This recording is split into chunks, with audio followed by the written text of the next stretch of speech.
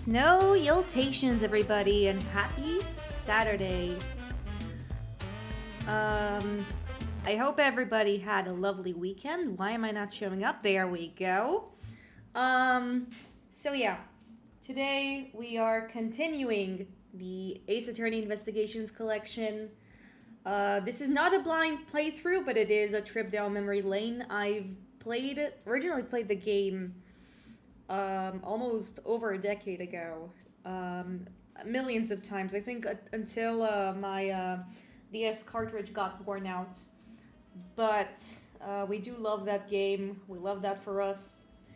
We love our special interests and hyperfixations, and today we're gonna continue.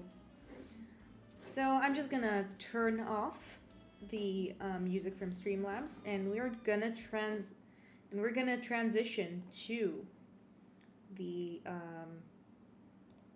game capture. Here I am. I'm much smaller, but it's hopefully so you guys will see more of what's going on. And yeah, I had a really nice weekend. I did some cleaning around my cabin. I played a bunch of. I was planning to do some of my Blender training art off screen, but in truth, I just I completely immersed myself in Library of Arena and Zenless Zone Zero. Both games that I'm not gonna stream right now because right now I think I'm comfortable with doing 3 streams a week. B, I already have a lot of progress in Zenless, so it feels kind of weird, like beginning from the middle. And C, I really suck in Library of Arena. It's a game that requires me to, I don't think I'm good in deck builders. I played Magic the Gathering, and I don't think I'm that good at it itself. I'm much better at, like, being backseated and, like, playing the right cards than I am doing it. And I do have my moments in Library of Arena, but, like, the game is really convoluted, and I just feel like half my time is just looking up guides on Reddit, on Steam, and whatever. Ah, yes, the murder on an airplane. What wacky hijinks might ensue. Hello, Renouf. There are going to be a lot of wacky hijinks today. Welcome to the stream. We're just going to begin. I was just blabbing about games I'm playing off stream. But for now, we're going to continue. I do love I love the theme song. And right now it's showing me The Office. So what we're gonna do is we're gonna continue, and and I think that in this one specifically, I'm actually going to, last time we played with the pixel art, and I think I'm gonna try giving the art style, the new sprites a bit of a chance. Think mean, but with an R in the name. The oof are initials with Ace Attorney. I love the breakdowns. Mean, Reen UEF. Reen UEF. I'll work on pronouncing your name as the stream goes on. But for now, we're going to try the new sprites just to see how they fare. I do appreciate that instead of upscaling the sprites, which is a very hit and miss, they just did like a new version. And yeah, no, the breakdowns in Ace Attorney are a treat. Though I have a sadistic rush of humiliating idiots in this series. Yeah, I mean, that's part of the fun. Some of my favorite breakdowns in the entire series are from this game. I really like the one that Jacques Portsman has, where he chews the metal and swallows. By the way, I also uploaded the previous stream to my YouTube channel, which is, you can find link to my account. I also have my previous Dave the Divers streams there, and that's how we're going to store it. By the way, if anything funny happens, don't forget to clip it. It'll be really appreciated and give me some content to upload. But yeah, that's enough yapping. Time to play. Everything old is new for playing the game with the HD chibi characters. Turnabout Airlines. The murder that occurred in my office.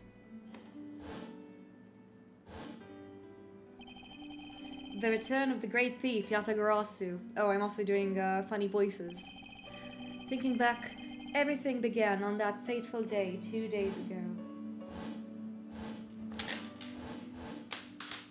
And now, if we could kick Portsman out of the window, though, yeah, that would be funny. Ooh. He's unconscious.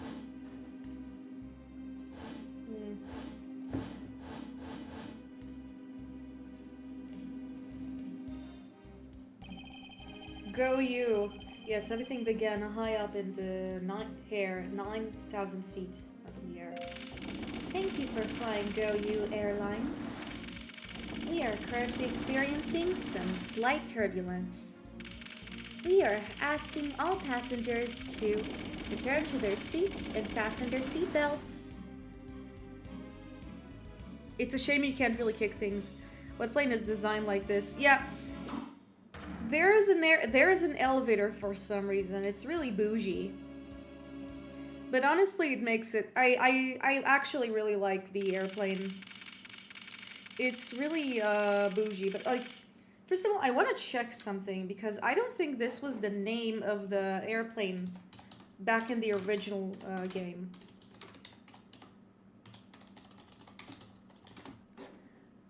Let's see. I'm going into the Ace Attorney Wiki, my beloved. We're going to go to Ace Attorney Investigations. It had a different name. It's not Go You, it's, I want to see, because it wasn't, Go You. A murder on an airplane,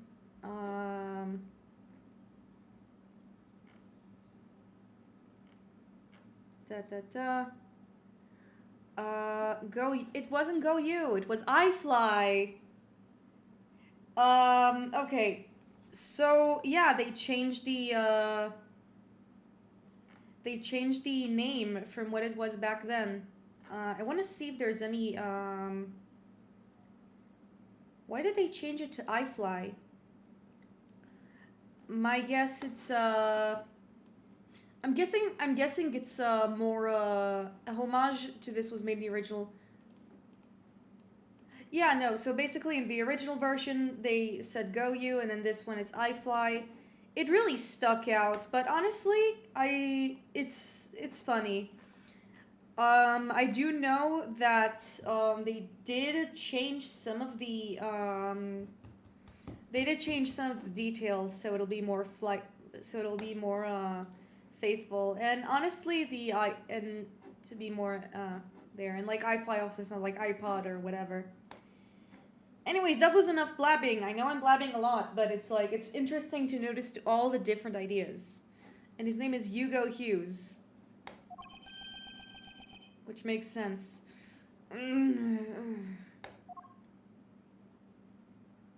Oh, look how smooth he is.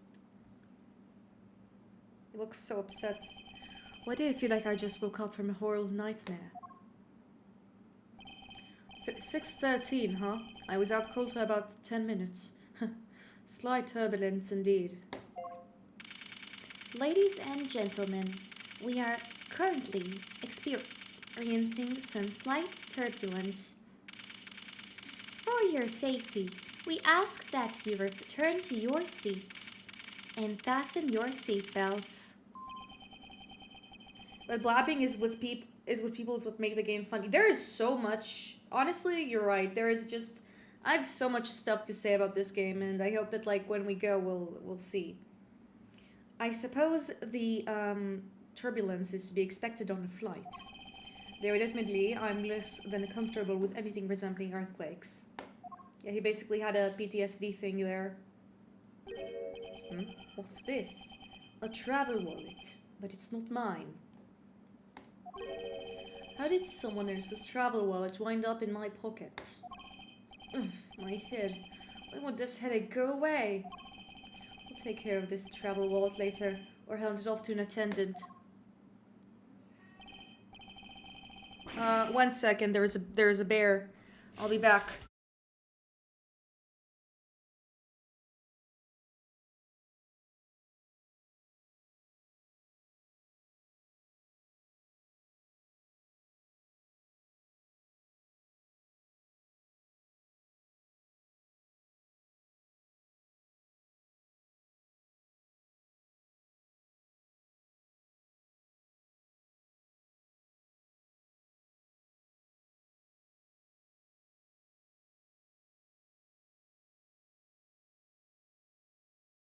Okay, Bears Shoot. I've been currently streaming the original trilogy to Q friend, and we're mostly through Turnabout Samurai. My favorite thing he said so far is everyone here should be in jail. Um, should a kid also be in jail? That's my question. Let's see. Who should be in jail? We have, I mean, Will Powers shouldn't be in jail. He's pretty normal. Jack Hammer was an asshole. He attempted to kill, D. Vasquez, who killed him in self-defense, but he should be in jail. Salmonella, is literally named after a disease, and he should be in jail based on that. Wendy Oldbag. Wendy Oldbag should probably be in jail due to stalking. He said that when we were in the first case. He more meant everyone in court outside the defendants. Oh, yeah, no. Witnesses and Ace Attorney aren't the most morally upstanding characters. Anyways, from earthquake-like turbulence to an elevator. Now he's smiling. What am I doing, hesitating like this? Actually, I know fully well. One sec. Yeah,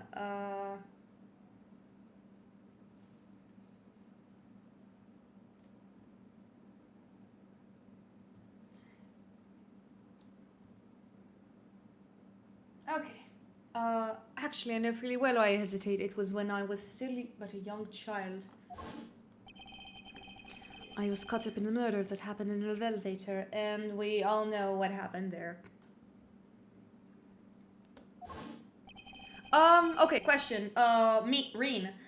Should Penny Nichols be in jail? She didn't do anything wrong either. Her biggest mistake is being a geek.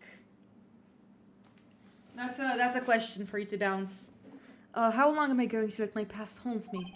It's just an elevator. I'm a grown man now. I need to behave like one. Is 26 grown? Well, technically, yes. I mean, he does definitely have the vibe.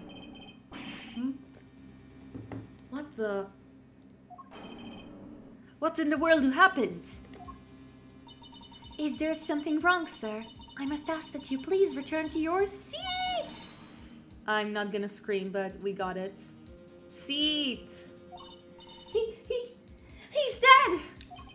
Please calm down. We mustn't jump to conclusions without all the facts. What's wrong? Did something happen? Like I said before, he meant everyone in the courtroom and legal system. Okay, that's fair. I understand. You murderer! What? No, you have it all wrong. It wasn't me.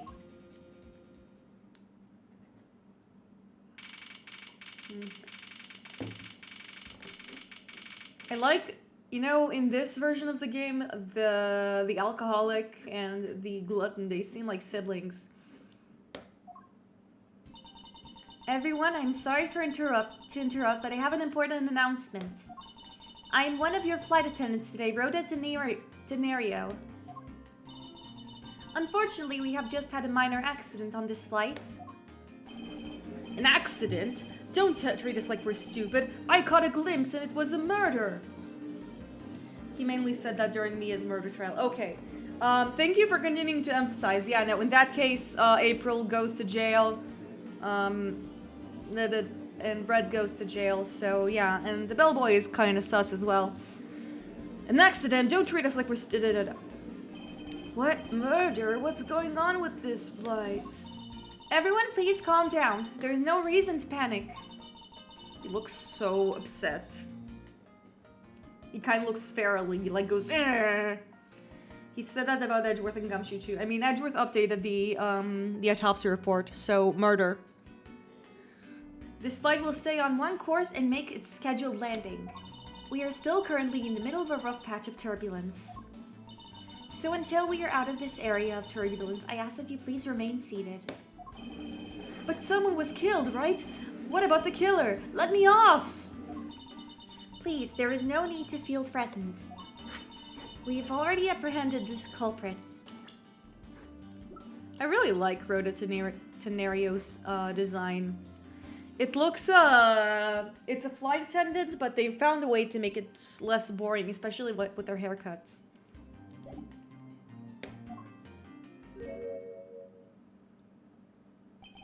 I ask that everyone please remain calm. What the heck is he talking about? Why should we remain calm? My name is Miles Edgeworth, I'm a prosecutor, and I assure you I'm not the killer. Huh, being a prosecutor doesn't make you incapable of murder, buddy. Now you listen here, I'm not the killer. Simply found the body. So you say, however, I'm sure that you're the perpetrator of the crime. I swear it as my honor as a professional flight attendant. Let me off the plane, buddy. We're still in the air. I mean, I think that, like, based on how he's, like, he has the parachute and everything, he might be fine. Oh, is that right? I know what I saw. And there's even very strong incriminating evidence to back me up. What kind of incriminating evidence is she talking about? We've already alerted proper authorities at our destination. Until we land, you will remain under custody by the powers vested to me in our captain. I'm very sorry, but please understand our situation. Your situation? I'm more concerned with mine and the direction it's going in. I'm not about to sit idly by while I get accused of murder. Miss Tenero, is it? Yes. I was wondering if you might give me a chance. A chance? To do what? A chance to plead my case. And a chance to ask what you meant by incriminating evidence just now. To accuse a passenger of such grave crime without allowing him a proper defense. Can the professional flight attendant inside you really call this action righteous? You have a point. Very well, I'll listen to what you have to say. But be wary of what you may reveal. I'm afraid you'll only look even more suspicious if your explanation fails to satisfy. I do not have the time to deal with you all day, so please make it quick. Of course, as you wish. Good. Very well then, let's get started. I know for a fact I didn't kill that man in the elevator. What I don't know is what sort of evidence she has up her sleeve. But I'm certain it doesn't fit with how this crime really occurred. What evidence do we have? Honestly, good start to the case. Go use Star Magazine. Details meals, movings, and other services inside. So we have meals. It's a very long flight. Best restaurant in the sky.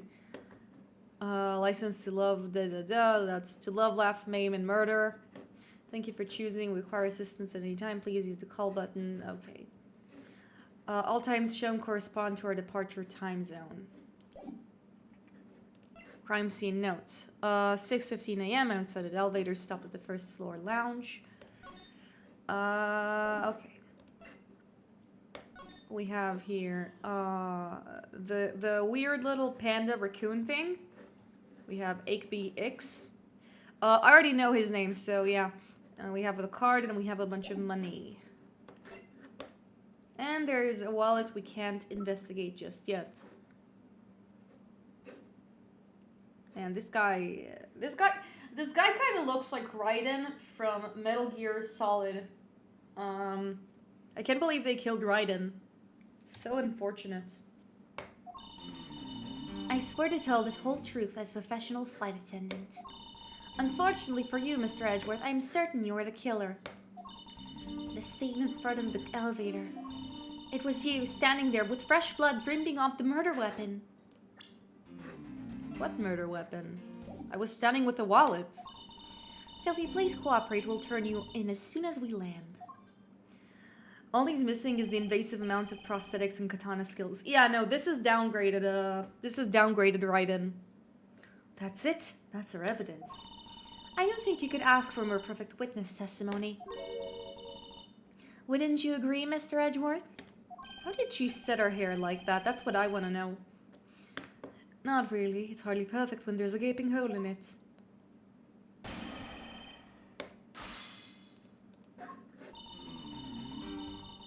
Okay, we already know where it's going to.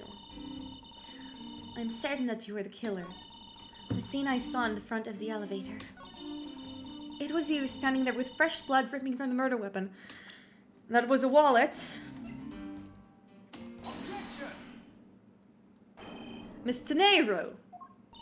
What is it with the yelling all of a sudden? Ugh, force of habit. My theory is that she uses building blocks. This series is weird enough that's a possibility. Yeah. My guess it's like a hair extension. Like, she has like a magnetic clip in there. And yeah. Don't think about it too hard. Or maybe it's just an excessive amount of hair gel. Hair gel can do that. It doesn't matter. Miss Tenero, you say you saw the murdered weapon dripping with blood. Oof. Is that correct? Yes, all that blood. Drip, drip, drip. Just recalling that scene sends a chill down my spine. Sorry, but your so-called professional flight attendant training has failed you. What? I'd like to direct your attention to this. Do you know what this is? It's a travel wallet, right? But it looks a little big and bulky. The thing you saw with me holding when I was discovered a dead body in the elevator was this very travel wallet, Mr. Nero. What? Impossible! Now then, do you still think I'm the killer? That I killed him with a travel wallet? We're gonna take a moment to appreciate the arranged soundtrack for this game because it rocks. It slaps so much. But I saw blood dripping from the wallet. I know I did. As you can see, this wallet is clearly stained. But if you would be so kind as to take a whiff, I think you'd agree it's only grape juice. I like how they avoid saying wine. They just say grape juice. Then... That's right. You mistook grape juice for blood. The murder weapon dripping down with blood does not, in fact, exist. No! There, that should clear up that pesky accusation. Hold it! Wait just a sec. That is... Yet the games are perfectly fine with swearing. Yeah, like bastard, damn, crap. It's like you don't have any F-bombs around. It's really weird. That is... I mean, even a wallet could be deadly if it was wrapped around something heavy. I demand that you show me what's inside, please. She's trembling and tacked on please at the end. Sounds like you've got her. There's no need to look inside. Even you can tell from its appearance that it's light. No, I can't be sure of anything until I see the current contents of the wallet for myself. She's persistent one. Pissed. They even have WTF. They do. I probably don't remember it. I think they do have pissed, and WTF is probably from Salmonella. Mr. Nero, if you would please be so kind to open the wallet and check the contents for me. Yeah, Salmonella said it. That makes sense. All right. I usually don't pry into passengers' belongings, but we have no choice here.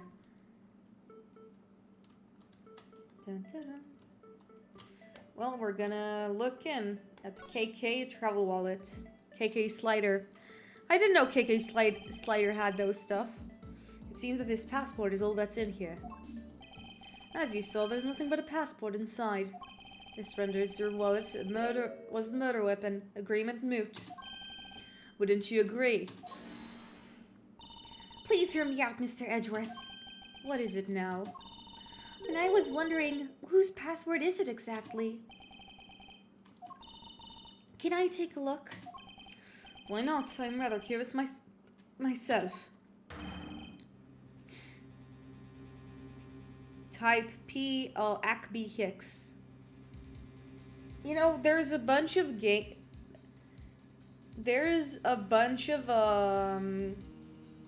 wordplays in this series, and I don't really know which one is the Acby Hicks. I'm giving you homework to figure it out. This is just as I thought. This travel wallet belonged to Mr. Acby Hicks. No, it belonged to Raiden. This is clearly a forgery. His name should be Jack, not Acby. Which makes it the victim's property. Well, now we know. You stole the victim's wallet, didn't you? How dare you? You said it yourself. You claimed to be holding this wallet in your hands when I found you. Perhaps I did misconstrue the wallet for the murder weapon, but it seems I wasn't wrong about who the culprit is.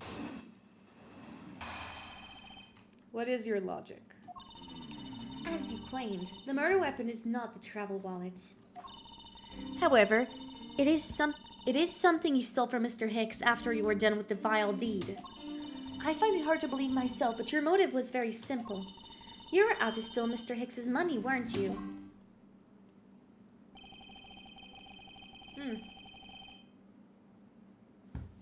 So even though I didn't have the murder weapon on me, you still suspect me, I see. You stood up at the crime scene with the victim's wallet in your hands. How can I turn a blind eye and not suspect you of foul play?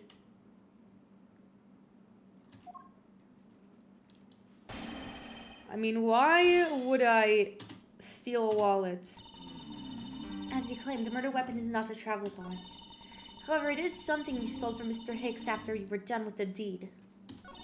I find it hard to believe myself, but the motive was very simple. You were out to steal Mr. Hicks's money, weren't you? Why would a man dressed like this resort to petty crimes? We can't count Ron. He was poor due to his wife being an insane spender. That is true, but he truly is a wife guy.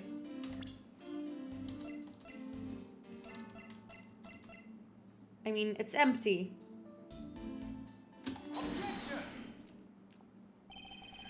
Rhonda, you're not very good at this argument thing, are you?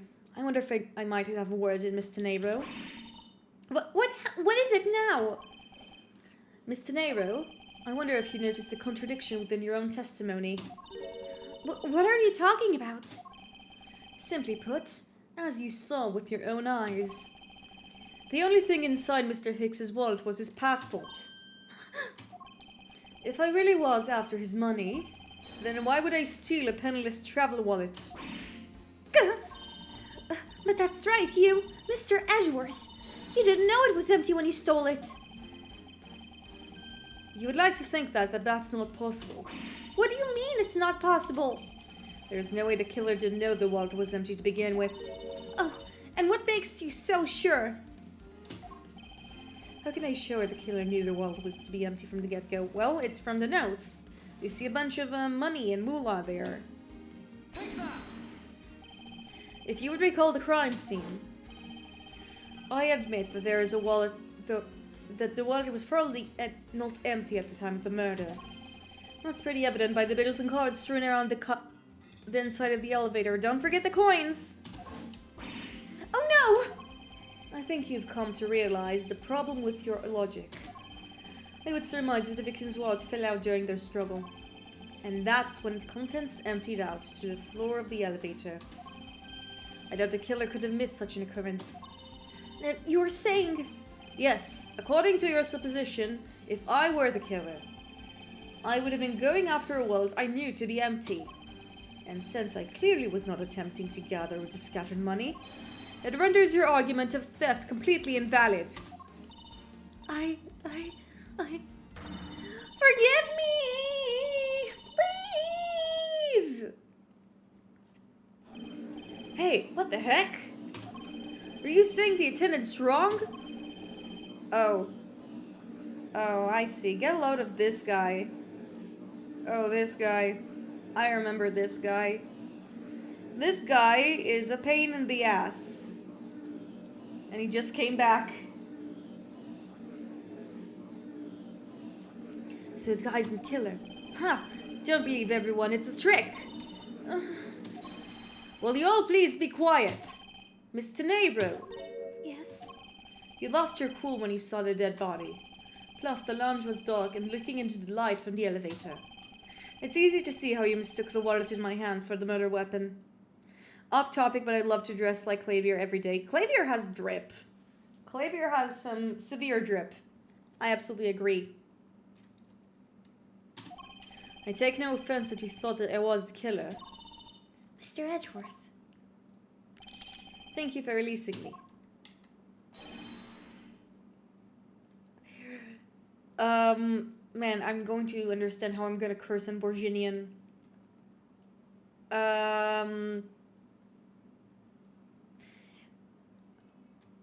Yeah, no, I'm the.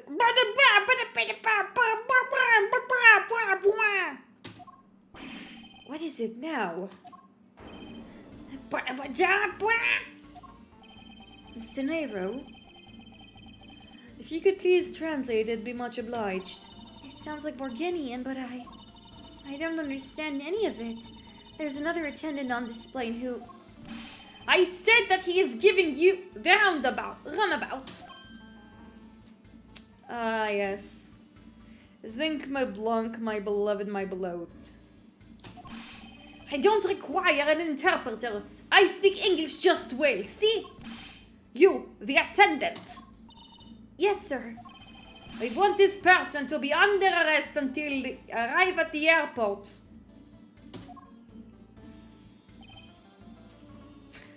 Look at this. He buckled his own he's not even polishing the statue in this version. But I like how this big ass vase is just like being buckled. You know, we can, Mr. LeBlanc, that's his name. You know, we can just transfer it in special. No! I refuse to be distant from this precious work of art. I'm willing to risk my life for it. But where will you sit if it's gone? Hush, woman! I did not ask for your feedback. I'm sorry, sir, but what exactly are you hoping for? What is it you want? I'm finished talking to the likes of you. Please, I would like to hear why would you like me to be held under arrest until we land? You! How dare you try to waste my time? You were the one who stuck your nose into my affairs. I wanted to spend at least one more second with my precious art. I have no time for other things. I know what you are. I see through you. Insolvent. I'm pretty sure that's how you say that in English. Well, I should hope I'm not monetarily bankrupt, but I don't think that's what you meant. I think insolent. I'm sorry, but I don't think I caught your name. I am Zinc LeBlanc II. I am very wealthy man in Borginia. Do you guys say Borginia or Borginia? That's a weird question. But I am not an ordinary rich man. I am an art dealer. A rich seller of beauty. Mr. LeBlanc? How does this halt a flight? What is the man's thought process? Weird question. I think that part of it is just like the fact that he's translating from one language to another. Mr. LeBlanc, what did he mean just now? Pardon? When he said Mr. Edgeworth was giving me the roundabout. I have to explain? Unbelievable. I will say it once and only once. I do not have even a second to waste. Time is money, as they say. Yes, and yet you continue to blather on. I saw it, yes I did. I saw the victim go on the elevator. Wow, this guy is like 62. Must be a wig he's wearing.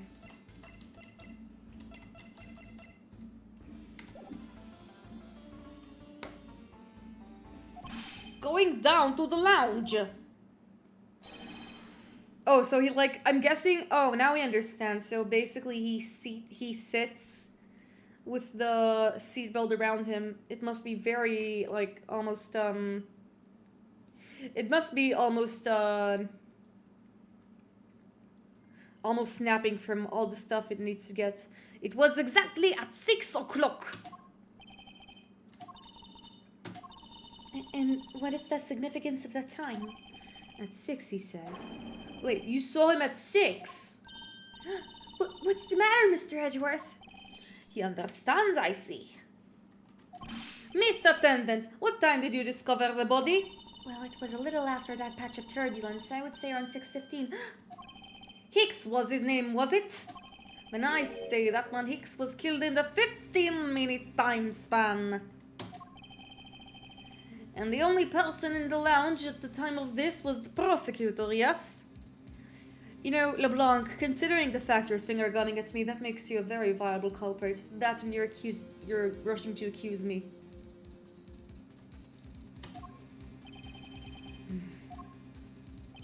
Yeah, I was in my seat the whole time.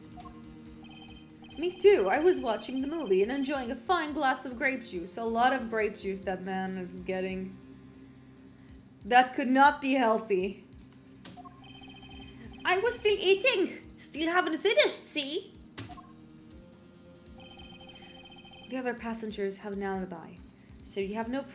The other passengers have an alibi, so you have no problem with them, I suppose. What's like the third time someone has tried to implicate him in the murder? Yeah, no, it is. First time was in Phoenix Wright, in the first Phoenix Wright. Second time was in Case 1, was in Turnabout Visitor, and this is the third time. He's really competing with Maya on that trophy. No complaint, not compliant. I see. Not a single word against this, right? I have no way of discounting what you've said. Would put forth at this point, but it wasn't me. Oh, so you say. But do you have, what you say, the evidence? Mr. Edgeworth, are you really the culprit after all? Mr. LeBlanc, I suppose you're quite certain what you saw. Enough to give testimony? Of course! I was looking at that man the whole time. He was playing that annoying little small machine the whole time. Machine. Yes, that's what you people call it in English, yes. It was making me crazy with the click, click, click. From that description, it sounds like it would be some sort of small computer. I believe that Mr. Blanc is talking about his cell phone. I have to say I did see him playing with it quite a bit myself. A simple cell phone, a laptop of organizer I can see, but that's kind of low budget. Edgeworth, the year is 2019 in canon. Phones are very high budget. Now, I mean, the Ace Attorney universe exists in a place where people just still use number pad, like cell phones with number pads. So yeah, I hate that noisy little machine in its hand. Not a fragment of beauty. All it produces is ugly sounds. Wow, certified boomer moment, Zinc LeBlanc. Anyway, I know what I saw. Mr. Nero. Yes? I was wondering if I might be granted permission to examine the crime scene. What? You want to examine the crime scene? She goes, ah! If you grant me the little measure of time, I'm sure I can produce the real culprit. I don't like the sound of that. Fox in a duck pen. Yes, I think that's how you say that in English. It's Fox guarding the hen house. I believe my innocence was proven earlier. And I'm giving a chance I can clear up all the remaining doubts. Mr. Nero, if you would wait until we arrive, there is a good chance that some evidence will have been destroyed by then. I understand. Let's see what the captain has to say. Ha! This should not be approved! Please, Listener LeBlanc, in an emergency, all decisions are to be made by the captain alone.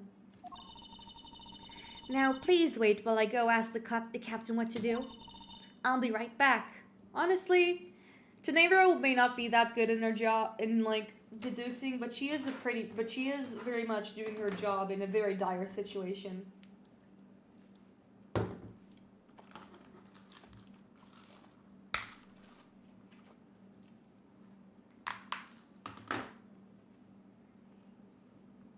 I'll be right back. You're not planning to erase evidence when you're doing your investigation, yes? Of course not. What am I, Christoph Gavin? To those of you who haven't played Apollo Justice, Ace Attorney, I'm sorry for the spoiler. The spoiler for a game that's over a decade old. But yes. Of course not. Ha! We will see.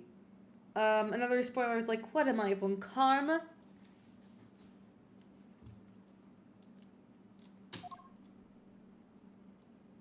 And she's back. Mr. Edgeworth, you have the captain's permission to investigate the crime scene. Funny fact, this is set 3 weeks before the case that got right barred. Yeah, it is a really...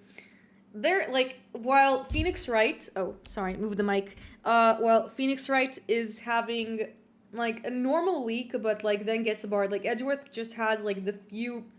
Like, 3... Like, the most crazy 2 weeks of his life. And he had a bunch of crazy weeks beforehand. There is the whole, elevator incident. But, like, the investigations takes time over, like, 2 weeks, which is whack. But unbelievable! I'm in your debt, Miss Tenero.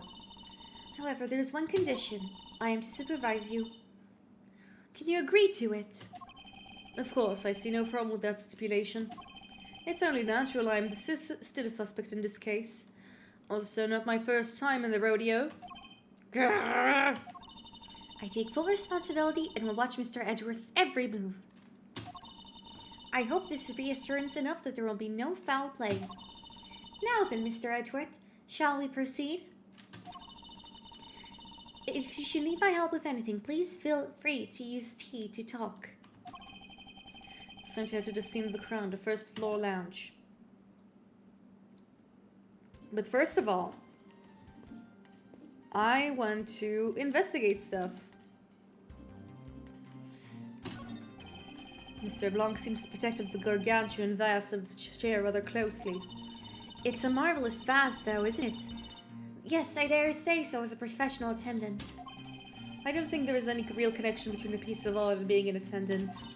But I'm not just any old attendant.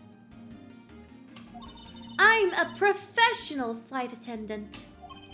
As though we were just a thing as an amateur flight attendant.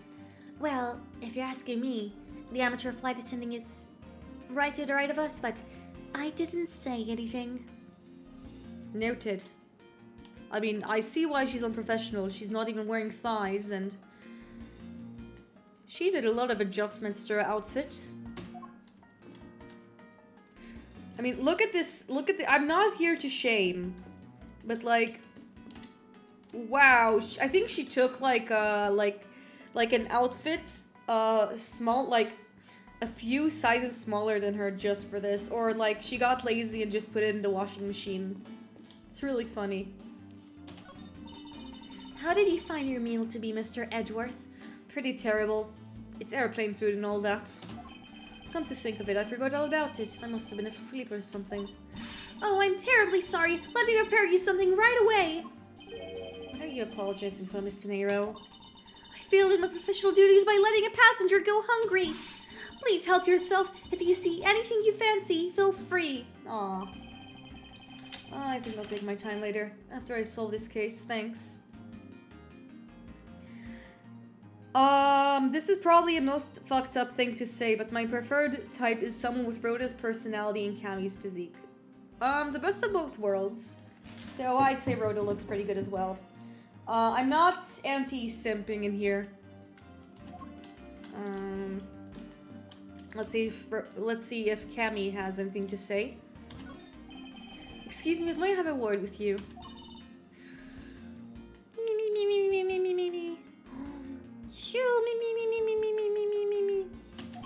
You there. If you need something, please ask Miss Rhoda over there, okay? What the? Hey, wake up, you! I'm terribly sorry that she's being so rude, Mr. Edgeworth. No need for you to apologize. I just find it hard to believe she's asleep on the job. If I were her boss, I'd see that her salary was cut so low that it was in red. Edgeworth, I don't think that's legal. Let's keep looking. License to love, laugh, maim, and murder. To live, laugh, love, maim, and murder. You're missing the live here. It's a movie poster for License to Love, Laugh, Maim, and Murder. That's a Go You Airlines sponsored movie. It's a suspense, hard-boiled action, romantic horror comedy flick. Is that the genre listing for this thing? Yes, it's a movie that can be enjoyed by anyone because it encompasses all those genres. I can't even begin to imagine what the plot would be. But you have to admit it had piqued your curiosity, right? I heard the main strategy with this genre listing was to make people curious. Well, then consider the mystery a successful one. Let's see if he's gonna let me... No, he's not. Let's see if they let us see what's in the desk. It's my seat. Unfortunately, I didn't bring anything particularly useful for the investigation. It's not as if I'm constantly prepared for such a thing to occur. I just have really bad luck. Oh, that's right. I was in the middle of creating a chess game. Just an observation, but aren't there too many red knights all around that lone blue pawn? Nonsense. It simply shows the blue pawn is no match for the red knight's might. Edgeworth? Hey, what is it? Hey, it's Phoenix. Yeah, he does, but like there is something in the bet. He does. Edgeworth is a very serious man, and he went to study law in Burgundia. Edgeworth, I know you're doing this to compensate over the fact you lost to me more times than you won. Fuck up, right? I said absolute. I did no such thing. I'm doing this because this is my favorite tactic. Sure, Edgeworth. Edgeworth, who are you talking to? Oh, just a man. A man who's like a parasite in my brain. I can't seem to get rid of him. You sure can't, buddy. Old pal. To be fair, at least his losses aren't as humiliating as, say, Manfred von Karma. Yeah, no. The Manfred von Karma, breakdown is one of the best ones. Let's talk to the just scared man. Don't get near me, you criminal! He said, don't get near me, you criminal! I'm not the killer, and I intend to prove that starting now. But that's contrary to the facts! He says, but that's contrary to the facts! I can understand his English just fine, thank you very much.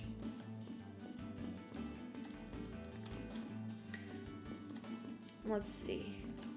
Let's talk with this guy, who only has a steak and a bunch of alcohol. Hey, miss, how about another glass? Excuse me, but I was wondering if you knew anything about the murder. Also, I found a nice meaning for his man freed from karma. Yeah, that's a good one. That's a good one. How about it? How about a glass together? Sorry, but I must decline. I wasn't talking to you. I was talking to the cute attendant. I'm sorry, but I'm on the clock right now. But if you need a refill, I'd be happy to bring you another glass at any time. I mean, not right now. You're supervising me. You got it, toots. That's no way to talk to a lady.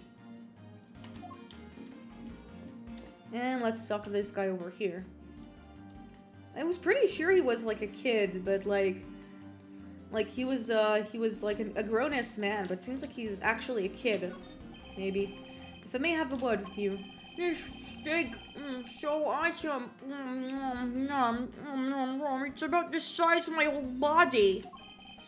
That's great to hear. However, I would like to ask you a few questions. I was here the whole time, so wouldn't know.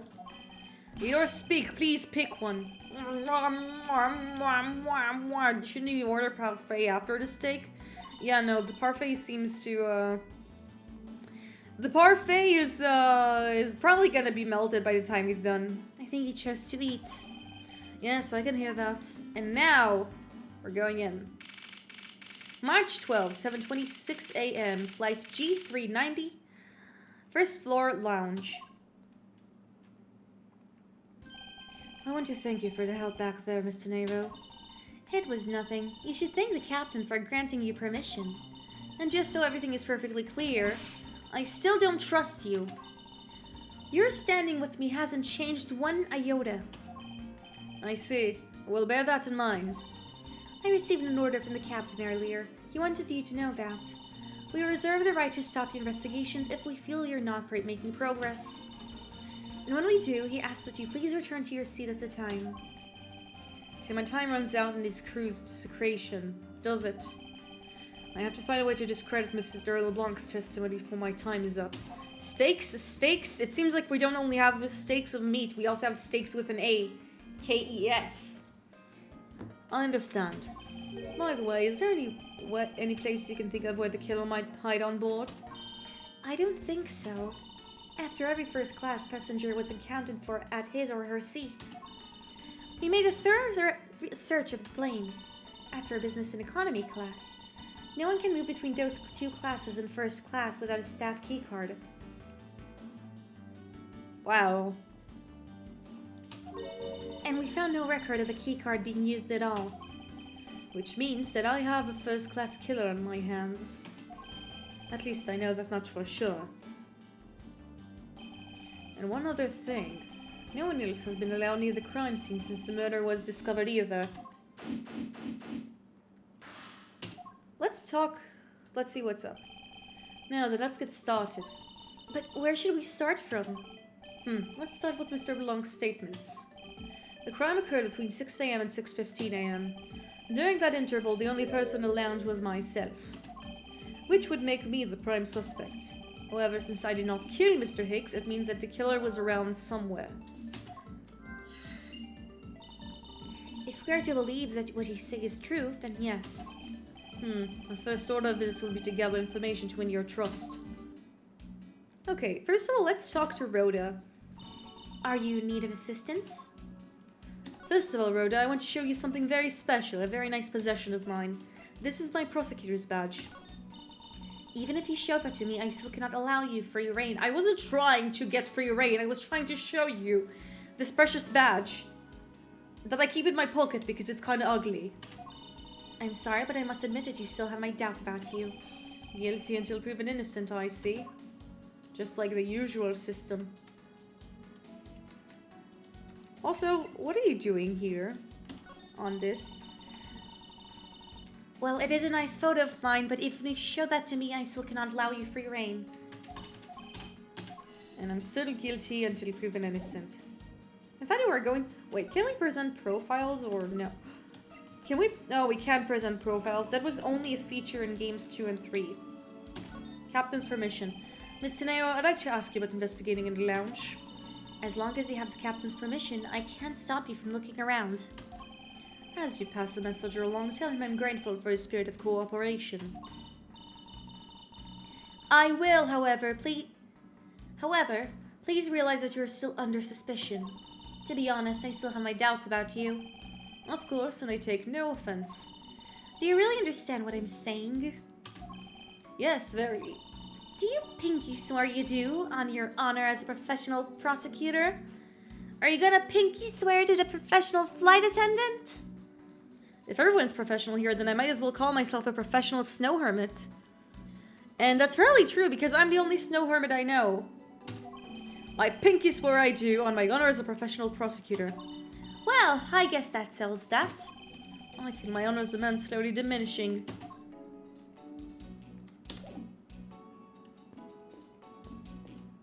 Okay, let's see. There's a bunch of, those bottles and glasses must have been broken by the turbulence. That is quite a bit of broken glass. Please be careful in passing through the area. Thank you very much for your warning, Mr. Edgeworth. However, no matter how kind you are towards me, know that it does not clear up any suspicions I have about you. I'm a professional Crumdigan. Crumgin? I don't know how to pronounce words anymore, sorry. I wasn't warning you for the sake of clearing my name. This door leads to the flight attendant's room, but please understand that it's off limits to unauthorized personnel. The room is giving off the scent of a woman's perfume. One would think the perfume would smell great, however, to me, it simply smells.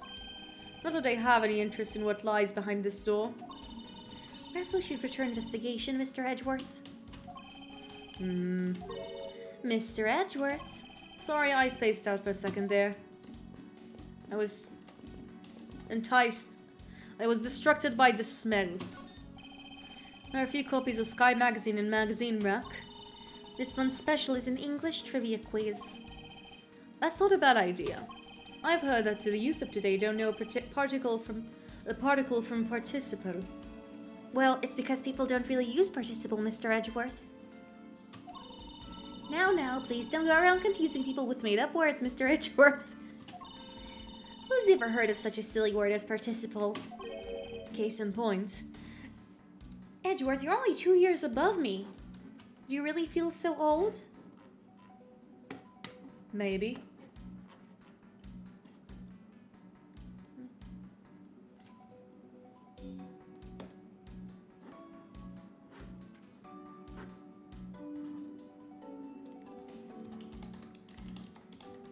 Okay,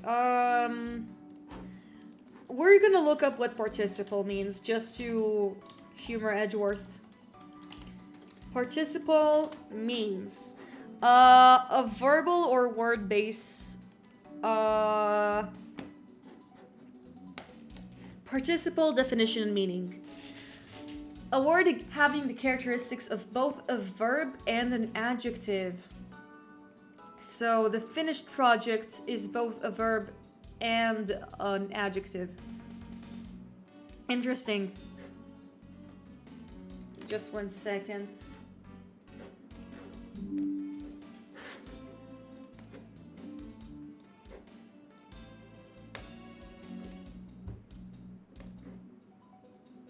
Sorry, I'm currently live tweeting while I'm seeing what's up.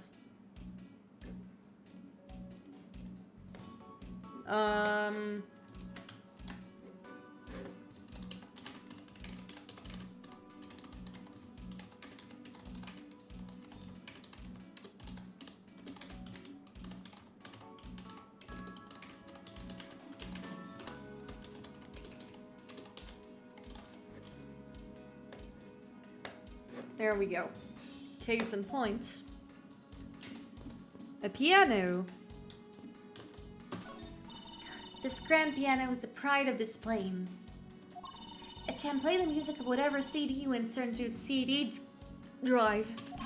That's not a piano, it's more like an overgrown music box. But its keys to press along with the music. As though there really is someone playing it. You know, Edgeworth, it would be really helpful to see that in the bar. Right! Right, where is your voice coming from? Edgeworth, why are you yelling at this right person? I'm right here. Ugh, forget it. Some people have entirely too much money to waste on overly complex toys. That is true. That is true. Here lies Hugo Hughes. There's some spilled grape juice in front of the elevator. I assume it was spilled during the turbulence. Oh, we must clean that up or someone might get hurt. Aha. What is it, Mr. Edgeworth? I found some very important evidence. Curmudgeon. Okay, thank you. What is the important piece of evidence in this scene? Well, it's the footprints. Easy. What is it? They're a little smudged, but I think we can both agree these are a set of footprints. So you think? Yes, these belong to our killer. It's essentially Grouch. I see. Thank you for the clarification. I knew what curmudgeon was, but I didn't really know what it meant. Oh, then maybe we should check the shoe size of everyone in first class. I didn't think that would be of any help to us. Fortunately, prints are too smudged, which will make it hard to get a definitive match. Oh, I see.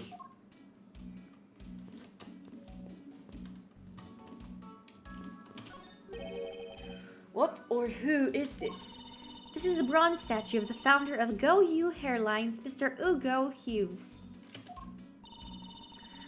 The one on the left is one from when he was 40s, and the other was him about his 80s. If the man aged at all over those 4 decades, maybe I need to squint more. Let's see. What floors does this elevator service? Only the first and second, although it can also go down to the cargo hold. However, that requires a flight crew keycard. So, the only floors accessible to the passengers are the first and second. Huh. I won't rest until I've inspected every suspicious-looking nook and cranny. What's inside your pocket? There's something sticking out of his pocket. I hope you won't mind if I take a look at what's inside. It's a picture. Oh, he looks kind of derpy. It looks like it was taken inside a building somewhere. And he has his phone on him. This is so 2000s. I doubt anyone was expecting to find a dead body in an elevator in this flight. So Mr. Hicks is really dead? Yes. She's trembling, although I can't fault her for that, when there's a corpse right there. I've seen my share amount of corpses back in the day. I've gotten used to seeing corpses when I was at least 10. Mr. Hicks, if you're really dead, then please answer yes. I like Rhoda, she's funny. I see she's over the trembling now, although a new symptom seems to have appeared. I think the kids back in the day called it Delulu. Anyway, I should focus on the victim's body. Let's see.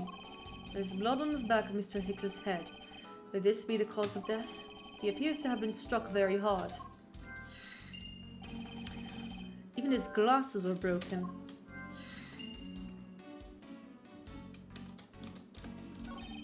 Money is strewn all over the floor in the elevator. I would guess it was all Mr. Hicks's wallet at some point. What is this sinister-looking figure on the floor here? Oh, that's the piggy bank of our company mascot, Captain Hugo. He was called Captain Eyefly.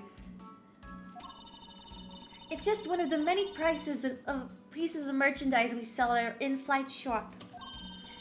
This bank is limited edition, so it's popular, but we're down to our last one. Yes, you have an in-flight shop. Yes, it's just beyond the lounge on the right. The shutter to the store is closed at the moment, but it was open the whole flight until Mr. Hicks's body was discovered. There is blood on here. Could this have been the murder weapon? Oh, we can deduce something. Nice. Time to Eureka our way through this.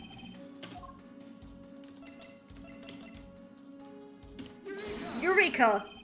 Mr. Six's machine is nowhere to be found. His machine? His cell phone, Mr. Nero.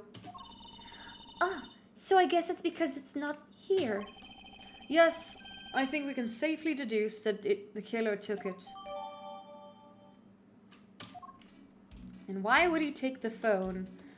That's a good question to ask. The machine that should be hanging off here must be somewhere on this plane. Anything else?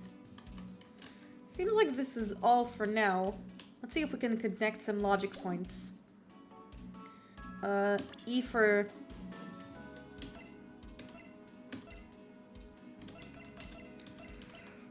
Okay, we don't have the Eyefly yet.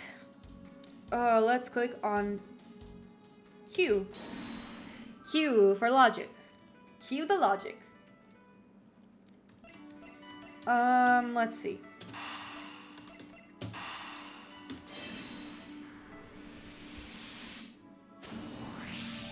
A statue with the blood on it lying next to the body of a man who was beaten to death. Oh, Mr. Edgeworth, I think I figured something out. Yes, what is it? The way the blood is on this, it looks like it matches up with the wound on his head. Well, aren't we deserving of a Master of the Obvious title? Edgeworth, I think it's Captain Obvious. How can you read my thoughts? Well, what do you think, Mr. Edgeworth? Don't you think that's worth investigating? It would appear that this figurine is our murder weapon. Oh, I just knew it! I mean, I can't think of any other connection. Perhaps Master of the Obvious would be more benefiting.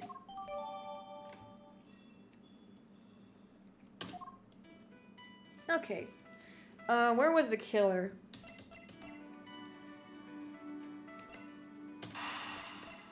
Let's try connecting these two together. No! Not exactly a shining example of the perfect line of logic. What clues point to where the killer has been? There is some spilled grape juice on the floor into the elevator, broken glasses. Well, the killer was probably in... I mean, we know that...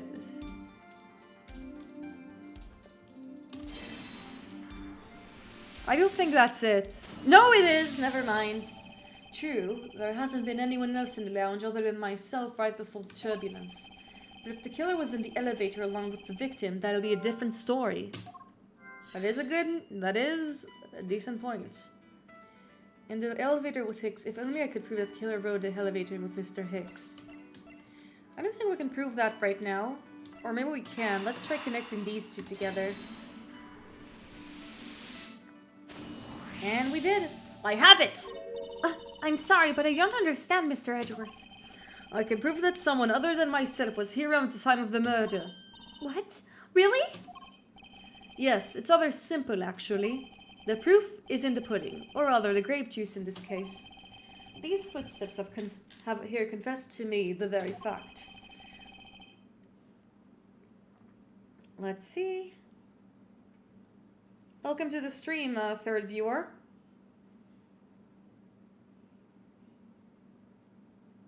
We are currently streaming Ace Attorney Investigations. And we're going to continue. That someone exited the elevator alive. Seeing as how the victim is dead, that would mean a second person. But couldn't the footprints be from Mr. Hicks himself? Ah, but if you take a look at the victim's shoes, you can see that the soles are spotless. Which means... Mr. Hicks wasn't alone in the elevator. In fact, it's quite the opposite. There was actually one other person inside the elevator.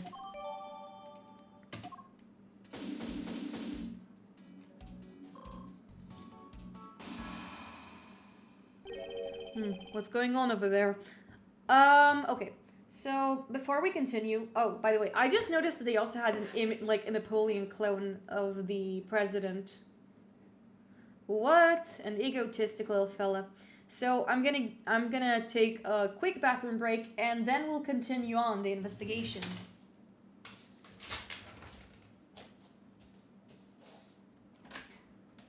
Hello, the final countdown. Hello to the final countdown. We are gonna play it, and while LeBlanc is screaming in Bourguignon, I'm gonna go to the bathroom. By the way, if you haven't followed me yet, make sure you do. It's free, and you're gonna get notifications and make my day a little better.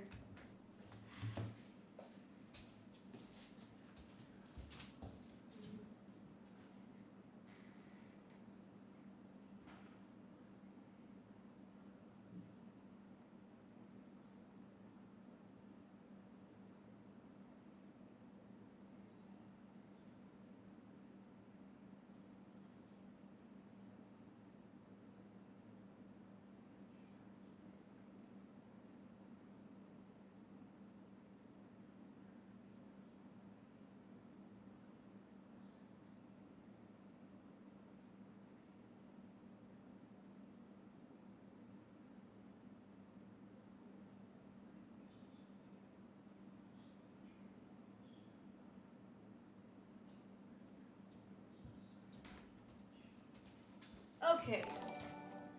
Thank you very much for the follow. The final countdown. Basically, what you missed so far. Okay, I'm back.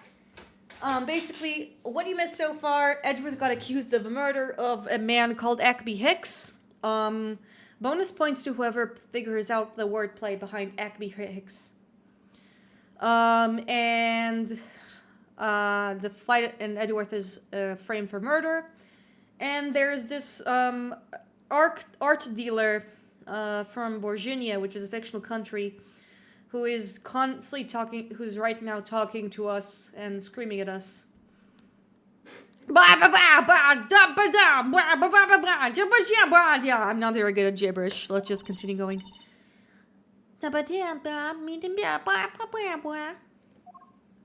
Oh, it's Cammy. Unforgivable! This is unforgivable! Do you understand what I'm saying? The movie is late! It's the same level of bad as this plane arrived if the plane arrived late.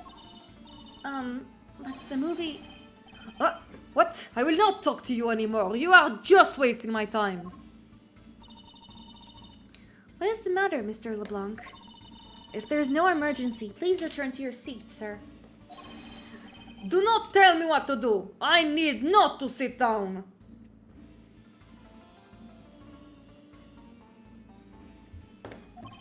Well, Mr. Prosecutor, did you prove you're innocent yet? If you would like, I will prove my innocence to you right now. What? Nonsense! Are you saying my eyewitness testimony is mistaken? Not mistaken, but merely that there is a room for doubt. I'd be mostly honored if you could please tell me what you saw in detail once more.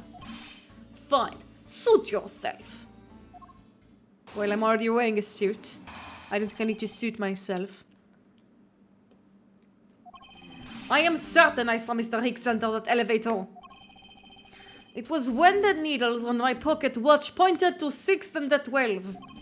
The body was discovered 15 minutes in that in the lounge, yes? Then you, the only person in the lounge at the time, must be the criminal. Mr. Block's conclusions seem to make logical sense. After all, the only person in the lounge at the supposed time of the murder was me. So my eyewitness testimony, if you think you can destroy it, then come, let me see. Hurry.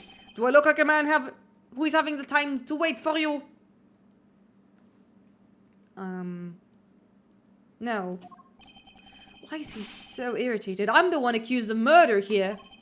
Anyway, I must find a way to discredit Mr. LeBlanc's account somehow and fast.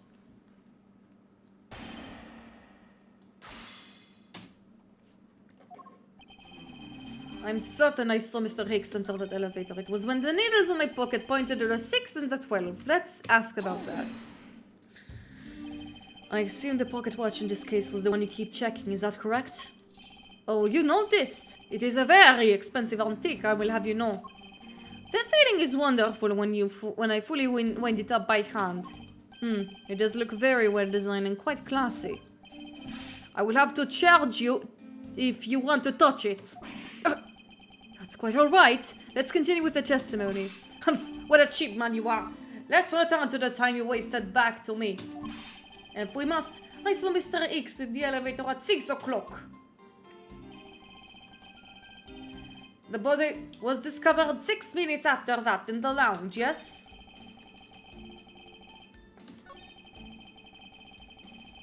Let's press again.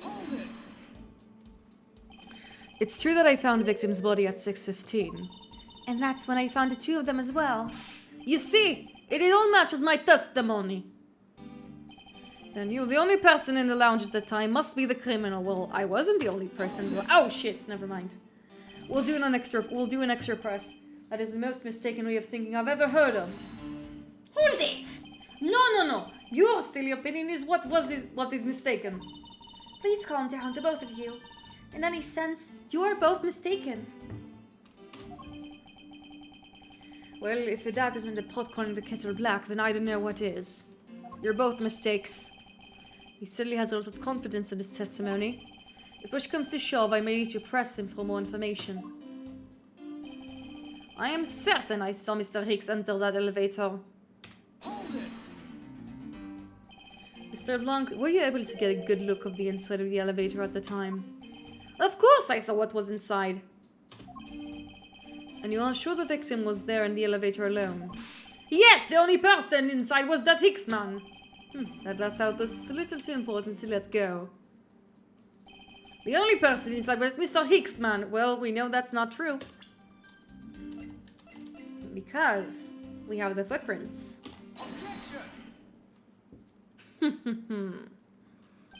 Mr. LeBlanc. What is it? There is a very glaring contradiction in your testimony. What do you mean? Please take a look at the area in front of the elevator. There, the spilled grape juice. Yes, and? Will you admit that you also spilled with the blood? Spilled with the blood? No, it spilled itself during the turbulence. But the interesting thing here is the set of grape juice footprints. Footprints? Yes, the ones that lead from within the elevator out to the lounge itself. It's evidence that proves that someone other than Mr. Hicks exited the elevator alive. Oof. There must be another person in the elevator with Mr. Hicks. Now then, I'm done playing games. Why don't you tell us the truth?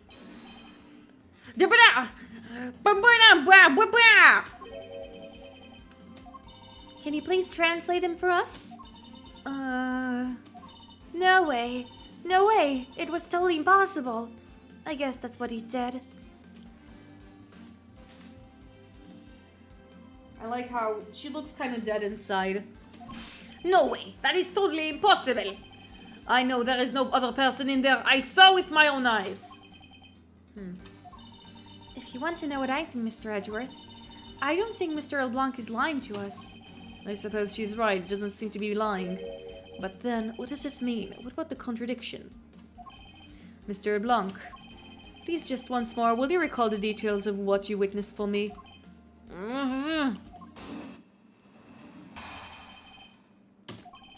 I was very upset when Mr. Hicks passed by my seat.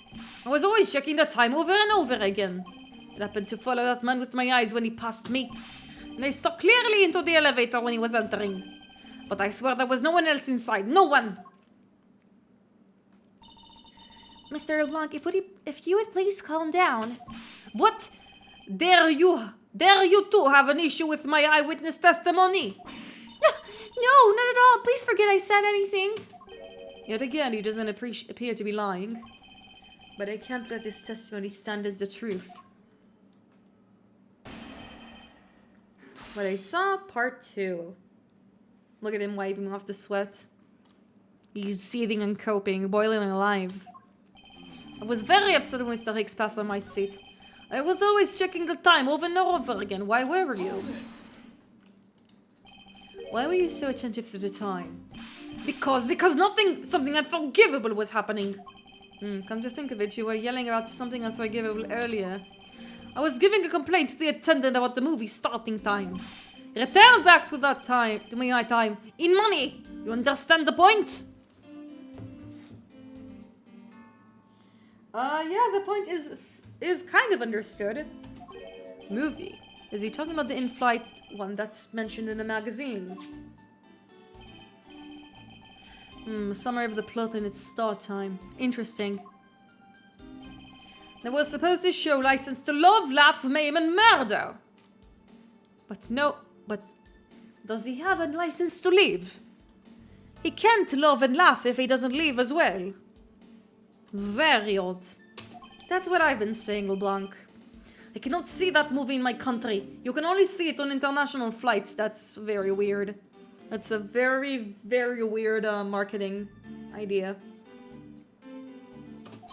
I look forward greatly to that movie. I checked my pocket watch whenever possible so I will not miss it. I even set my pocket watch to the destination time when I came on board. So watch is not wrong. It matches the schedule. But the movie is still late. Very, very late.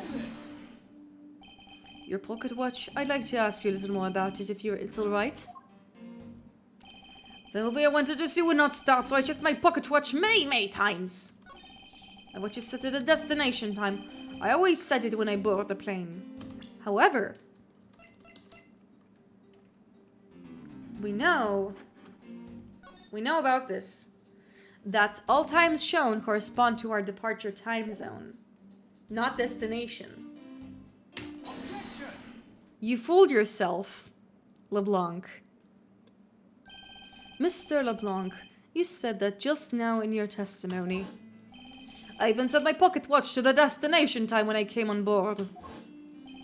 Now, if your watch has been set to our destination's time zone, it would mean that your watch is displaying the time of our destination.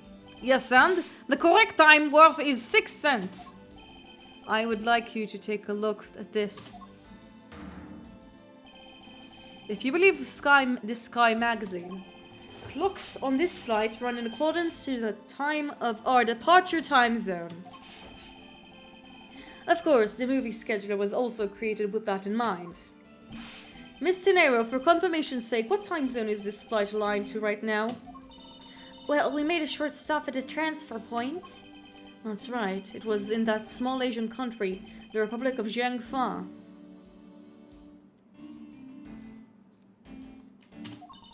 But we didn't readjust our onboard clocks at the time.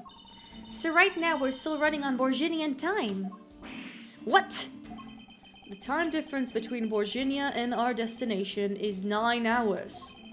In that case, it's only natural for you that your watch would be out of sync with the schedule. What? Further, with your analog watch set to our destination time, it appeared to be running 3 hours fast when compared to the flight's onboard clocks. It also changes everything about your testimony.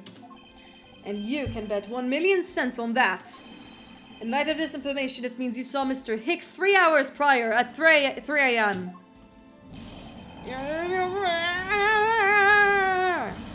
My 1,000,000 cents! And then he got up. What a good breakdown. He just like whooshes and goes back down. What a funny little fella. This should clear up all the remaining accusations. So this basically widens the time frame for the time of death, right? Yes, because Mr. LeBlanc saw the victim enter the elevator at 3 a.m. It means that the time of death could be anywhere from 3 to 6:15 a.m. The question now is where was Mr. Hicks during that span of time, and what was he doing? I've got something to say. And you are? Yeah, I'm Cami Melee. I'm a flight attendant. What is it that you wish to say? Well, I think your story is a little different from how I remember it. What do you mean, Cammy? I saw Mr. Hicks sign... Oh, wow. Lady's not even wearing a bra. Have some decency. Man. I saw Mr. Hicks sitting on his seat at 5 a.m., you know. What? How can you be so sure of the time? That's a good question indeed. Oh, that's right. He pushed his call button when we were parked at the transfer point. Ah, the stop we made for refueling the cargo transfer in Jiangfa, correct? Yes, it was from 4 to 5 a.m. according to our clocks. And during that time, did any of the passengers leave, or did any new ones board this flight? No, not a single person got off in or on in Jiangfa. What about the flight crew? The few who were handling the cargo transfer might have temporarily gotten off or on or off, but eventually everyone, including Cammy and myself, came back to the plane. So basically, I can assume that no one left or got on since our initial takeoff. Interesting. I should keep that in mind. Made a brief stop from 4 a.m. to 5 a.m. to transfer cargo and refuel to transfer points. Yeah, and I transferred his call. I can tell you Mr. Acme Hicks was there in his seat when we took off again at 5 a.m. Alright, then that puts the time of the murder between 5 and 6:15 a.m. Oh, okay. Now, what time did you come down to the lounge, Mr. Edgeworth? One sec.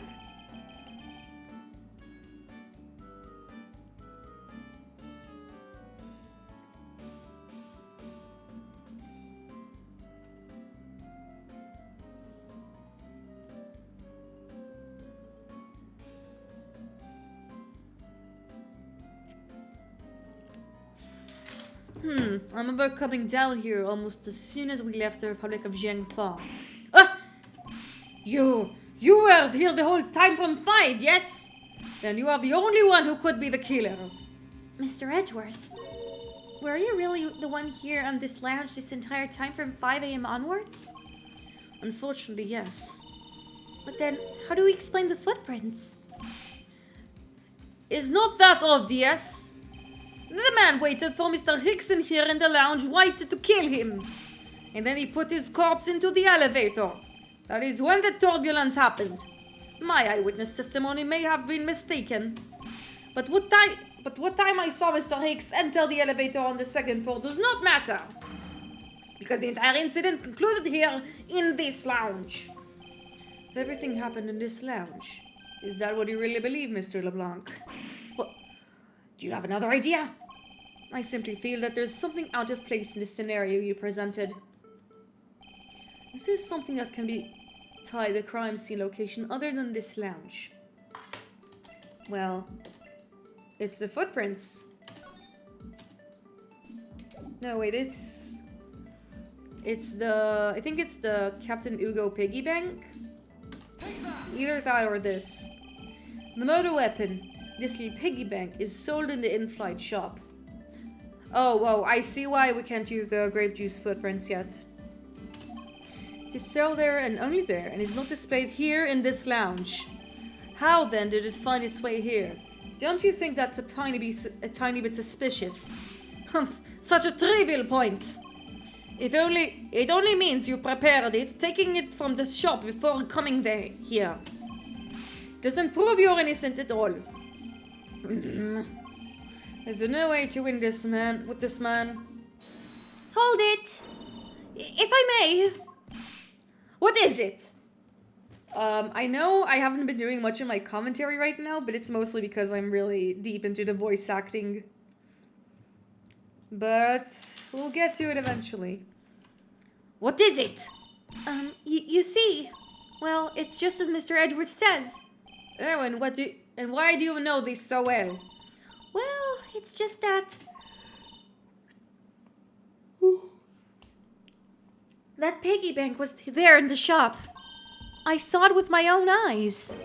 And when was this? It was maybe around 5:40 a.m. Isn't that just before we hit the patch of turbulence? That's right. You were in the shop just before the turbulence. Yes, I was. Come to think of it, Mr. Nero, when I found the body, I believe you came out of that door. Yes, I did. And what is beyond that door? That's the flight attendant's room. I also told you that beforehand. Then you were on the first floor? Yes. I had to do something in the shop in the flight attendant's room. So I went to the shop first and then to the flight attendant's room. Are you saying you passed by me at some point? Yes, you seemed really into the issue of Sky magazine you were reading at the time. I don't suppose you noticed me walking by. I vaguely recall someone walking by, but I didn't take notice of who it was. Anyway, the piggy bank was definitely there at the shop when I went there. Why did you go to the shop in the first place? I went there for a work-related matter. Work, you say? I mean, I'm allowed to do that. Why are you so red? Yes, the upkeep of the shop is also one of my responsibilities. Why did you not say anything about that until now, is what I want to know. In any case, I believe it's clear the shop needs to be investigated as well. Shall we head over there, then? Hold it! What is it now?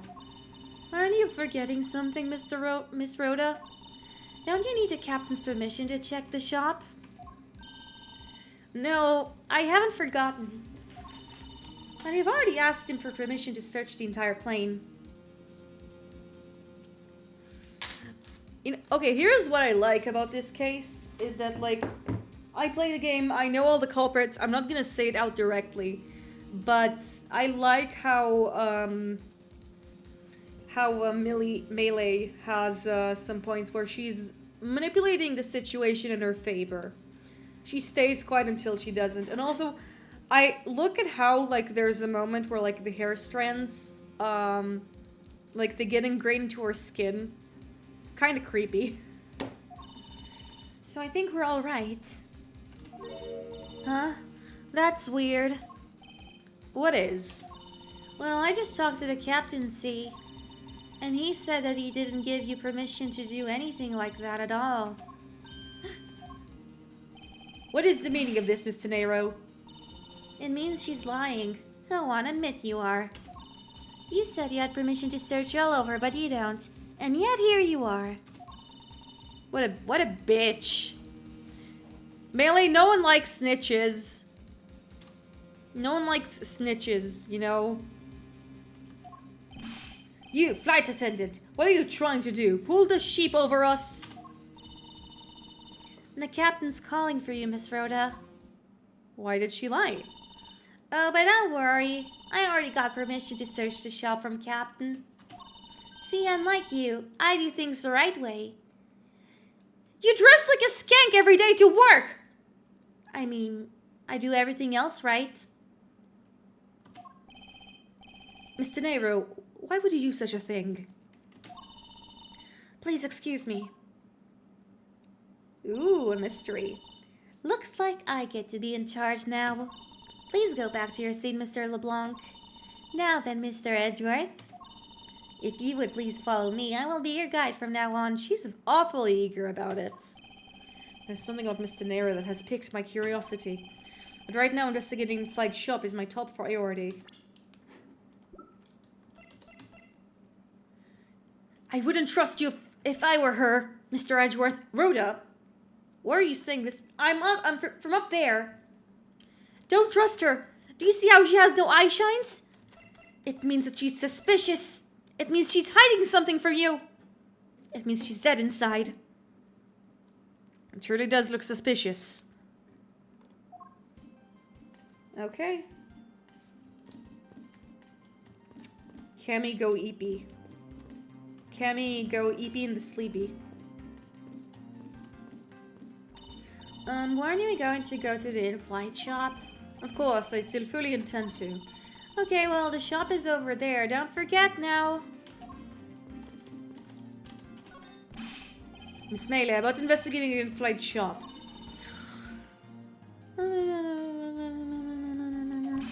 You're on. You have no use to me asleep. Wake up. What's up? I need you to come with me so I can search the shop. Go on ahead without me. I'll catch up with you later.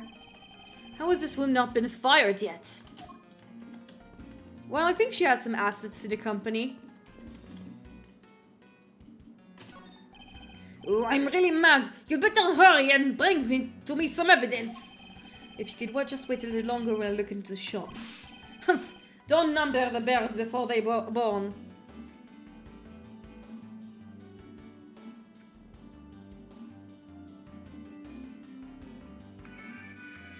Oh, I was just checking my YouTube feed. Don't number the... What? I have no idea what he's trying to say. Neither do I.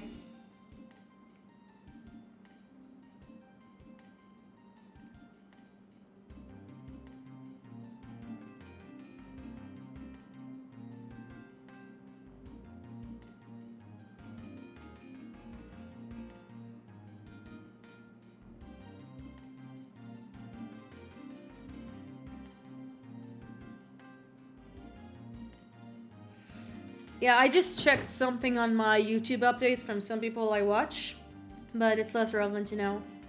I have no idea what he's trying to say. Don't count your chickens before they hatch, perhaps. That makes sense. All I ask of you is your patience and cooperation. Well... And I'm not getting either of them from him.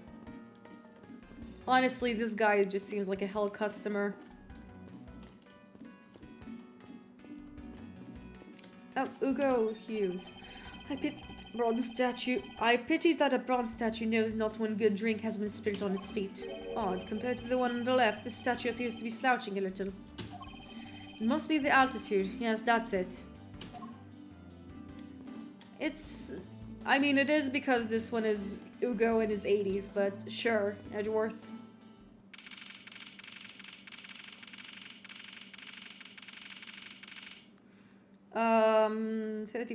Let's continue. So this is the in-flight shop. It's still quite a mess in here. You think? Guess I'll have to clean things up then. Hold on, you can't just clean up potential crime scene. Oh, thank goodness. I hate cleaning so much. I mustn't rush things here. Must remain cool, calm, and uncollected. Because this piggy bank was left in the crime scene. There is a very good chance that the killer has paid this place a visit. Let's begin the investigation, guys. Inside this display case is a row of lifesavers and life vests for sale. We really do live in a society, do we? You sell a lot of those when there's some kind of accident or something. That's really fucked up, you know that? It is really fucked up, Edgeworth, I agree with you. But some people buy them even when there's nothing going on. How about it, Mr. Edgeworth? Care to buy one? I said that the shop is one shop away from being sued. Yeah, that's what I said.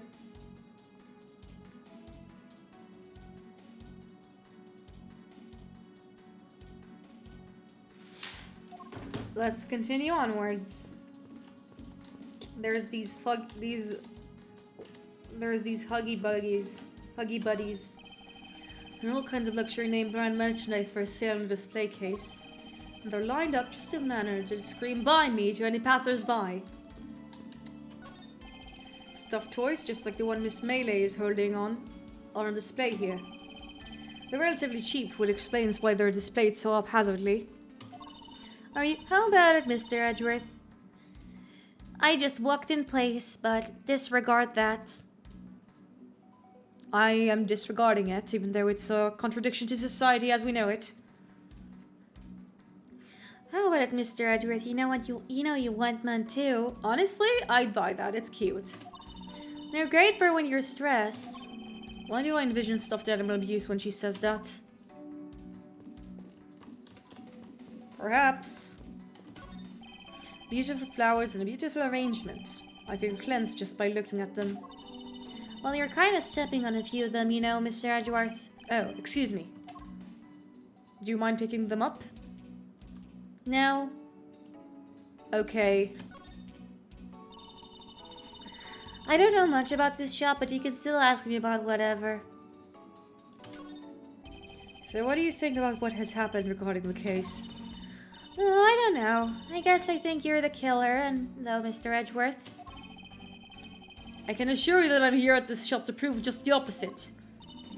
Yeah, but it was just me that got you the permission to look around. You know. So don't forget that, okay? EP. How am I supposed to thank you properly if you insist on falling asleep? Well, you know what'd really show you the thanks? You see that item for sale over there? I'm not buying you stuff, Millie. Sorry, but you're going to have to make do with my words of appreciation.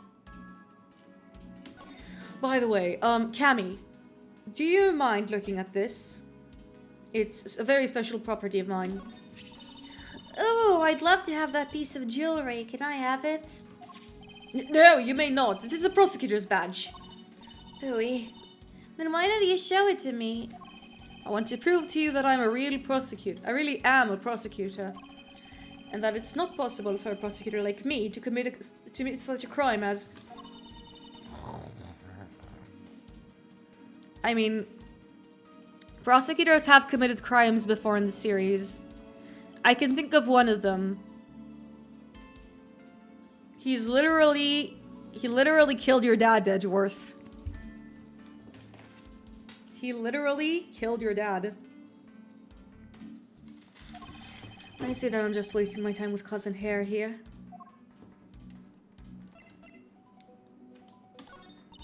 So what is that? Are you going to give it to me? Oh, but I'm not supposed to accept any presents. Unless they're really worth something. What else do I want to present to her? I mean, it's your own testimony. I don't think I can give that as a gift. Miss Rhoda says this piggy bank was in the shop, right? Don't you find it a tiny bit suspicious? I don't know. I don't think I can say that either way. There's not enough evidence to convince me that she was lying about anything back there. Oh, we can also examine it. There is a bit of blood over here. There is some blood on one of the corners. Could this piggy bank really be the murder weapon? Well, I suppose this is where you insert your coins. I have to say, for a piggy bank, it's made rather well. So, in fact, I'm not sure there's any way to take your money out. Yeah. Are you sure about that? Well, she certainly has something against, Cammy Melee. I mean, Rhoda. 50% off sale. Is this Comic Sans? What are these? Oh, those are a company's completely original line of suitcases. They're practically flying out the door. That's how popular they are. You should buy one and see how you like it. You won't regret it. Perhaps that's how things work in this flight, but in the real world you try, then buy. No way. But either way, it doesn't really matter. Sure, either way, why would anyone buy such a suitcase after they boarded the plane? Anyway, see that? Just look at all the Captain Hugo ads painted on there. Cute company mascot, isn't he? They're painted on with such a lot of care. Doesn't he look like he's about to jump at you? He looks really high resolution to me. And, oh my god, this is Comic Sans. Rhoda, where did you design this, Canva? It is certainly making something jump inside my stomach. Huh? Oh, I guess there's no fooling your refined tastes. Huh? You looked like you really wanted to get one, and I thought I was going to finally make my first sale, but you saw right through it. Glad that's done, though. Never make me try to give you sales pitch ever again, okay? But I never showed any interest to begin with. It really is pretty horrible, isn't it? Wow, you really do like throwing shade at Rhoda. Oh, spoilers, Rhoda designed this. You wanna know something? This suitcase was designed by Miss Rhoda. My favorite frenemy of all time. Miss Tenero designed this. Yeah.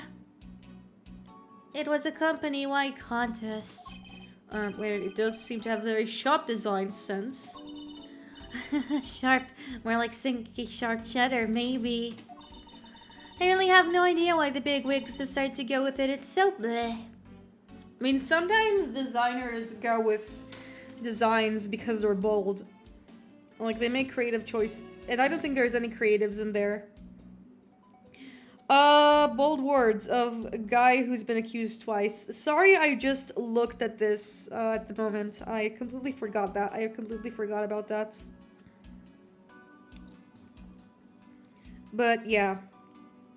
You have been accused of murder. 3 times actually. If we count like both term of visitor. Miss Tenero designed this. No wait, no. He was half accused. He was half accused. Like the first culprit in term of visitor was Detective Gumshoe. Ah! You okay? I'm fine. Please watch yourself, Miss Melee. Letting a suitcase freely roll around has to be a safety violation. Here, I'll put it back.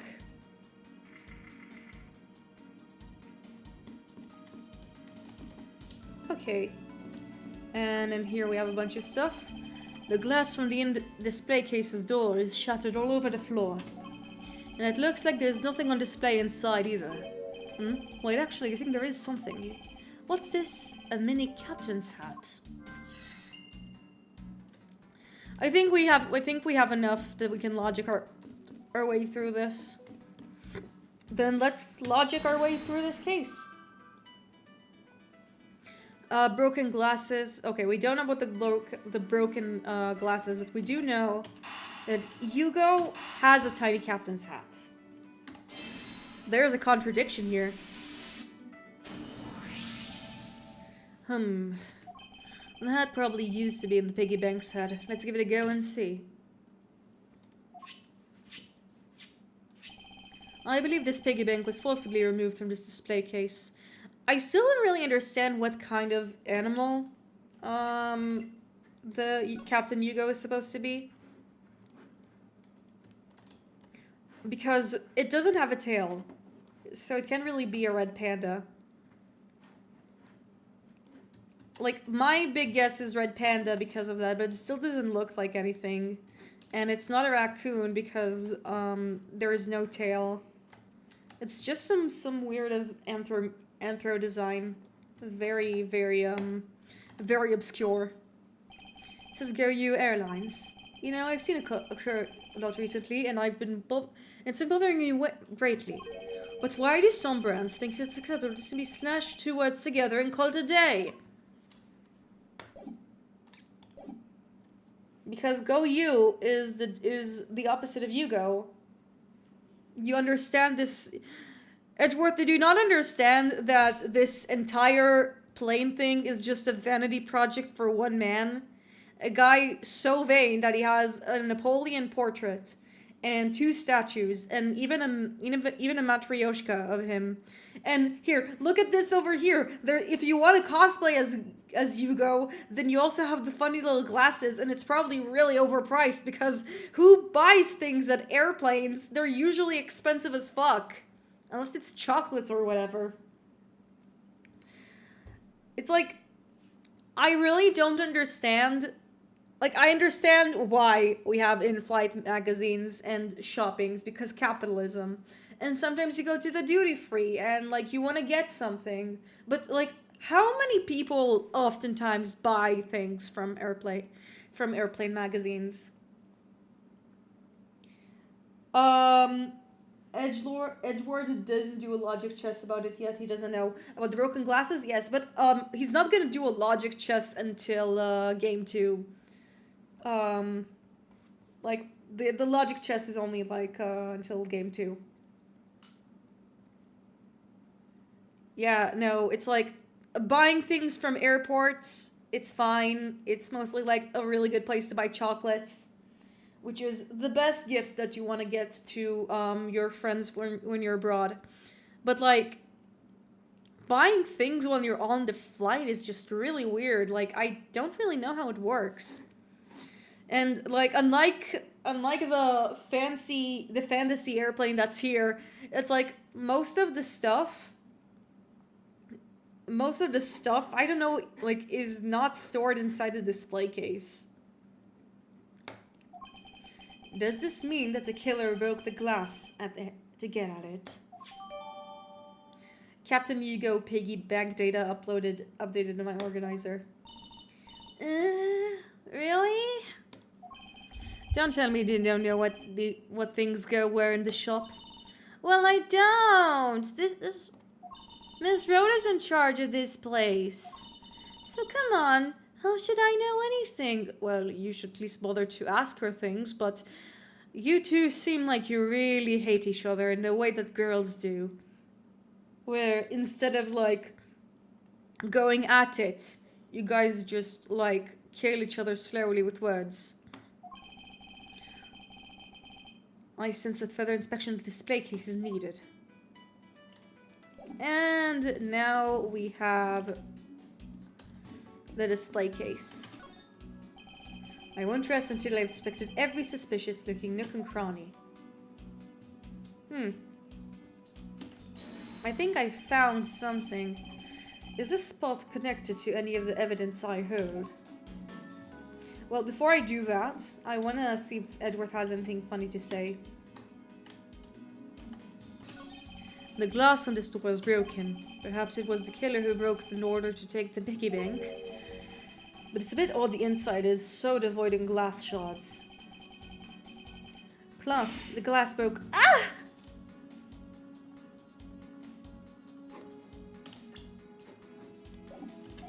What is it? I touched the glass and it cut my finger. What did you expect?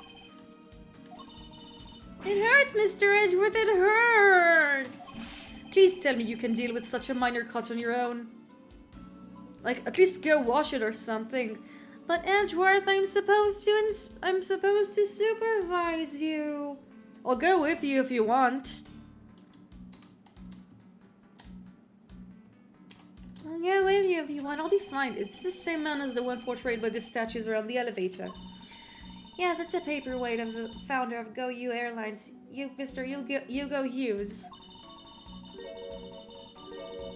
On the bottom shelf, we have the cute one, and the middle shelf is the realistic one. It doesn't really look like him. And on the top shelf, that's the floral version. Floral? Are you sure about that? Let me guess, you just said the first thing that came to your mind, eh? Looks like I hit the bullseye. Congratulations, Edgeworth. I think I need to pinpoint towards the piggy bank. There's definitely something very unusual about this. About what?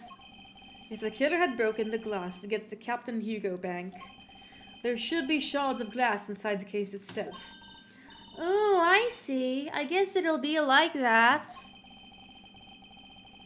However, there's not a single piece of glass inside the display case. Nope. No, there isn't. Which means that the glass was broken from the inside out.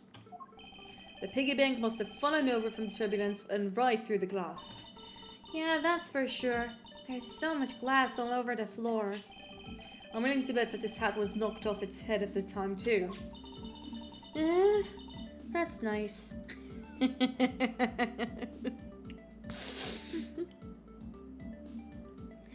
Me when someone tells me something that happened and I'm like, that's nice, without understanding the implications. Which leads me to believe that the killer took the Captain Hugo bang from here after the turbulence.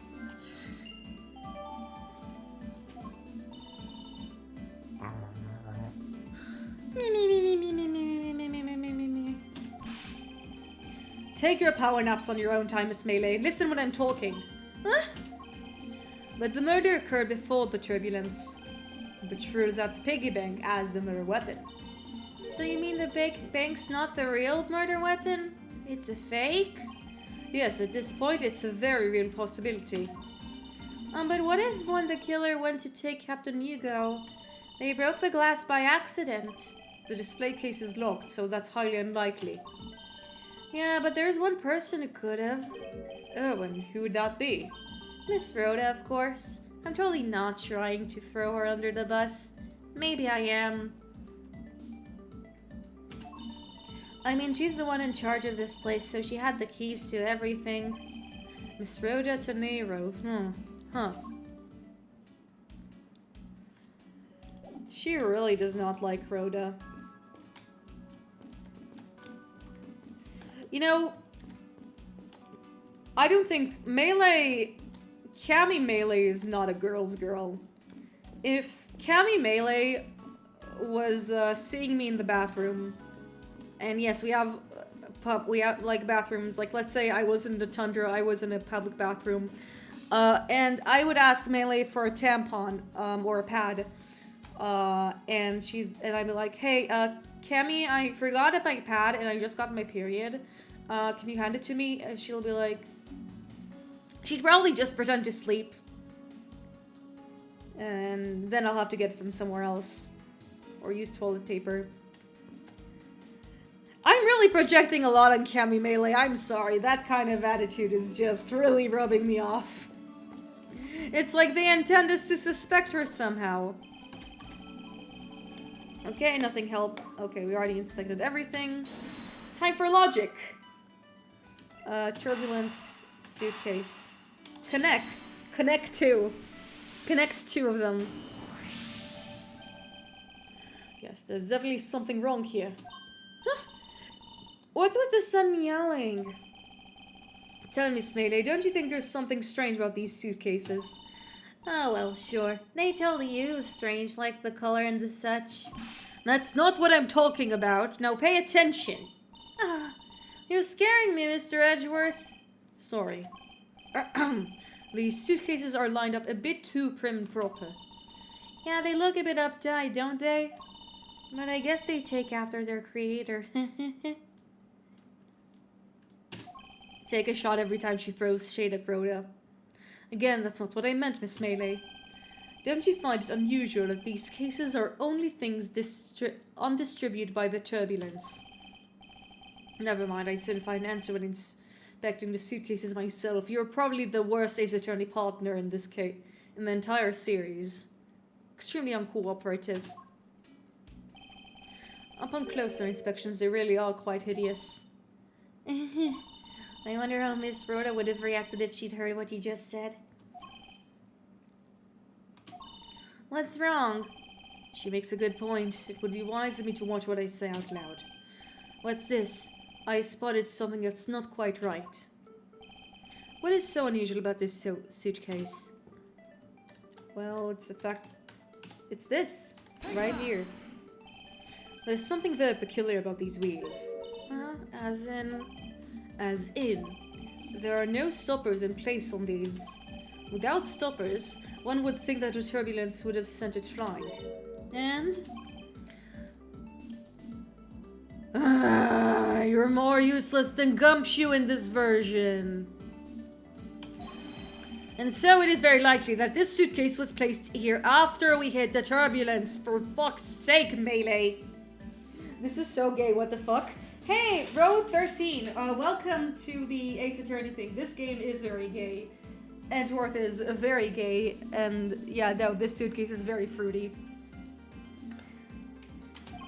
How are you doing? One sec. I had to turn off the clock. Welcome to the stream. I'm just gonna see who's around.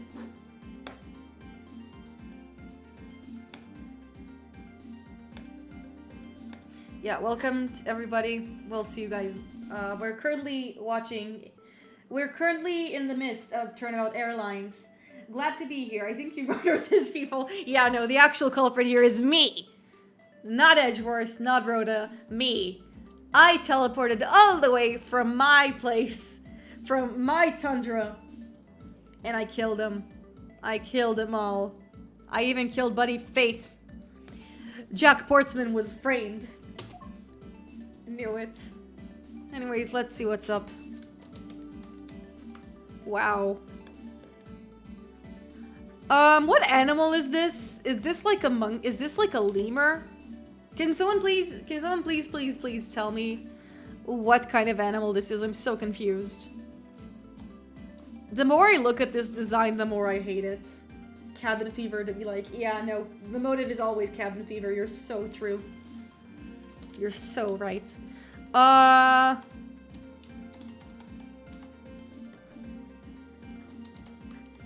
Yeah, I just have to, like, what animal is this? Is it like a monkey? Is it like the animal? Is it like the mort thing? Like from Penguins of Madagascar? It looks like a lemur, I think. It's not a red panda, that's true. This was apparently designed by Miss Teneria herself. She probably did that on Canva. I gotta check something, hold on.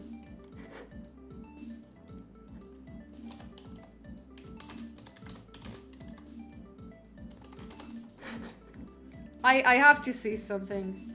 I have to see something, hold on. I know I'm taking breaks, but we have to see. Is this Go You?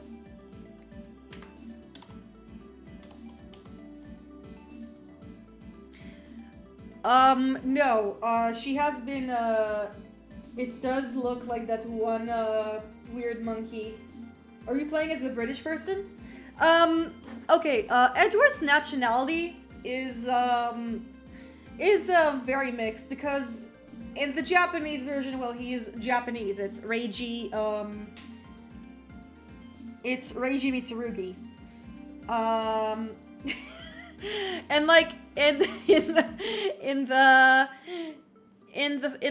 canon he's American, but like in the fanon everybody just decided to make him British because of his cravat and like he's very posh. Edgeworth is posh either way. Anyways, you said it's a tarsier. I'm gonna look it up. It might be it. No, it's not a tarsier. It's not. The eyes are too big. He looks like such an alien. We don't really need aliens. We have nature. Like I'm going to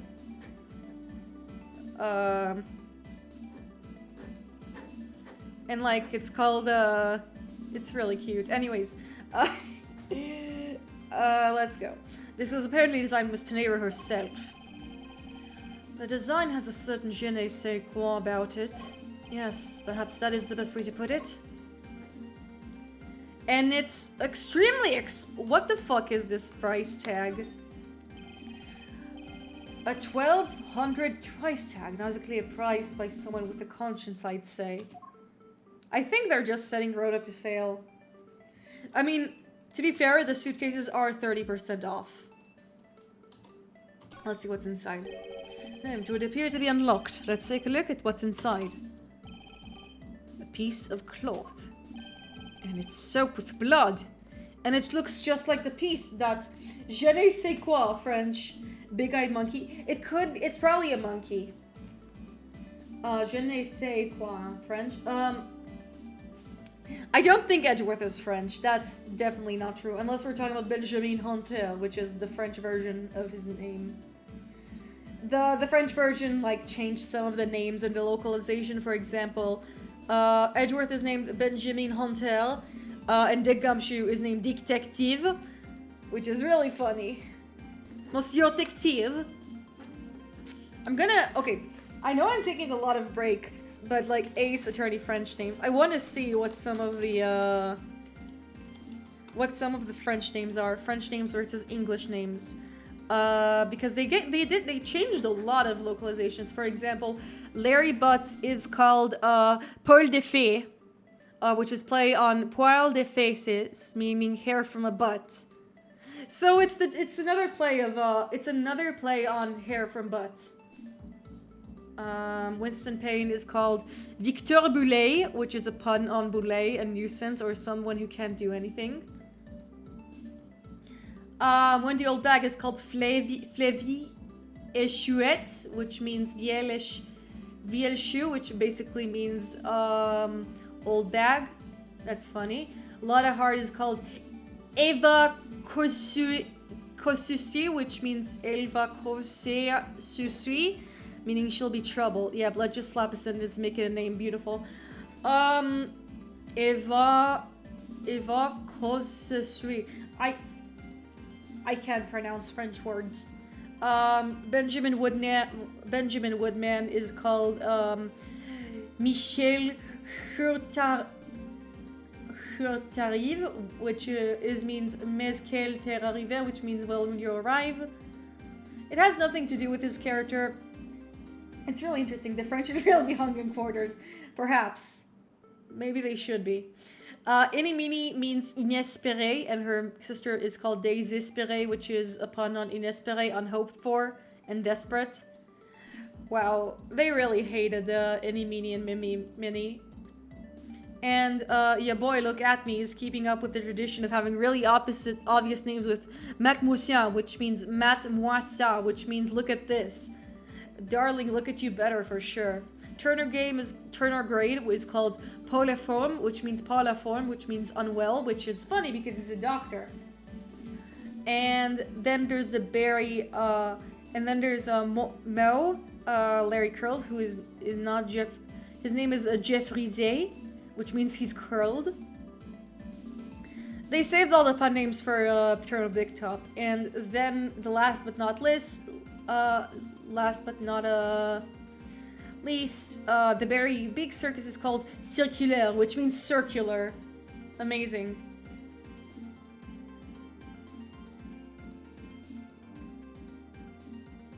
I can't believe they just named Larry I think the French should be hung and quartered just based on the fact that they called Larry Butts Paul de Fée. That's so rude. That's so mean. Even Larry doesn't deserve it. Anyways, soak with blood. Ah! It's blood! You just noticed? It appears that this suitcase is very strongly tied to a murder after all. So explain this to me. What does this suitcase have to do with the murder?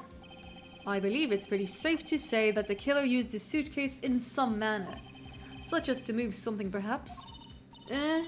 But aren't you just talking about the cloth then? That alone is too small. A larger item would be needed to move what I'm thinking of. The thing I believe the killer used this suitcase to transport is, well, it's the body. It's the corpse. It also doesn't help that like some of Edgeworth's voice clips, like they sound kind of British. Like, take that sounds very British. Something that would fit inside a suitcase that is also covered in blood. Sounds like a dead body, doesn't it? The GoU data was jotted down my organizer. Bloody cloth data jotted down in my organizer. But In light of this, I'd say that Mr. Hicks was moved to the elevator from someplace else. Which means that this murder was committed in an extremely different location. so you're saying that after moving the body into the elevator, the killer brought the suitcase here and just left it?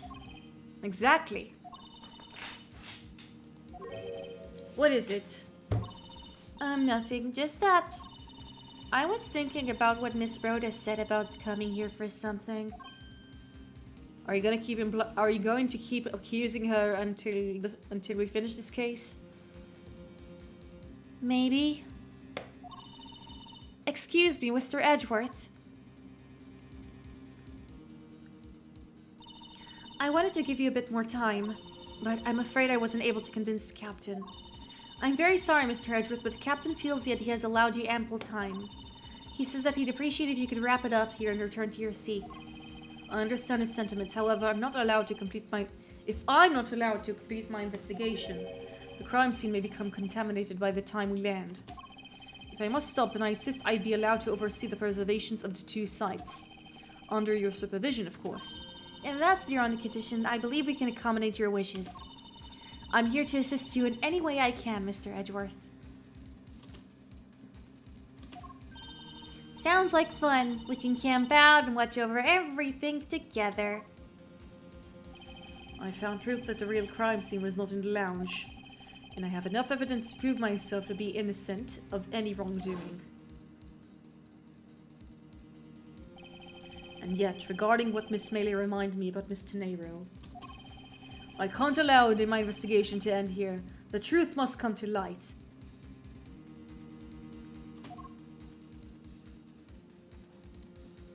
And to be continued. So, we still have some time. So what we're gonna do is continue onwards.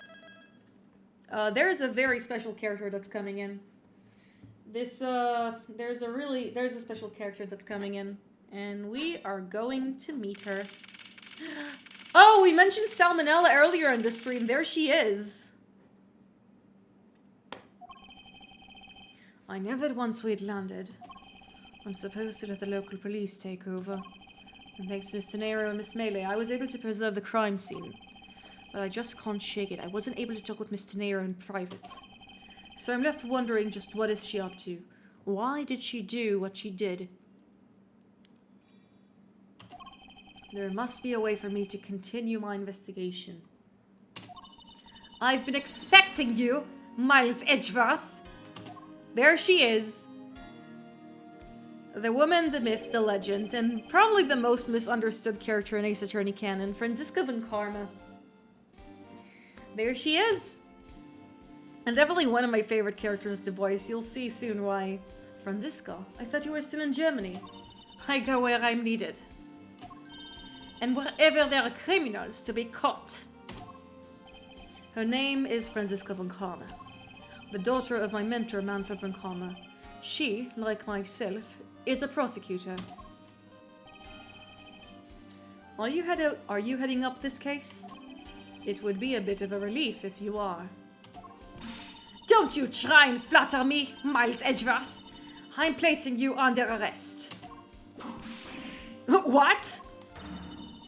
It's quite frustrating, actually. I'd hoped to exact my revenge on you in a different venue. But I'll have to take what I can get. I never thought I'd see the day when a disciple of the House of Karma would become a criminal. Have you no shame? Franziska? What is it? Your dad literally became a criminal. We do not talk about him! It has all been a misunderstanding. I didn't kill the victim. A misunderstanding? I heard all about that murder over the police radio from the captain himself. You waited for the victim on the first floor and then beat him to death. Franziska, do you honestly believe that I killed the man?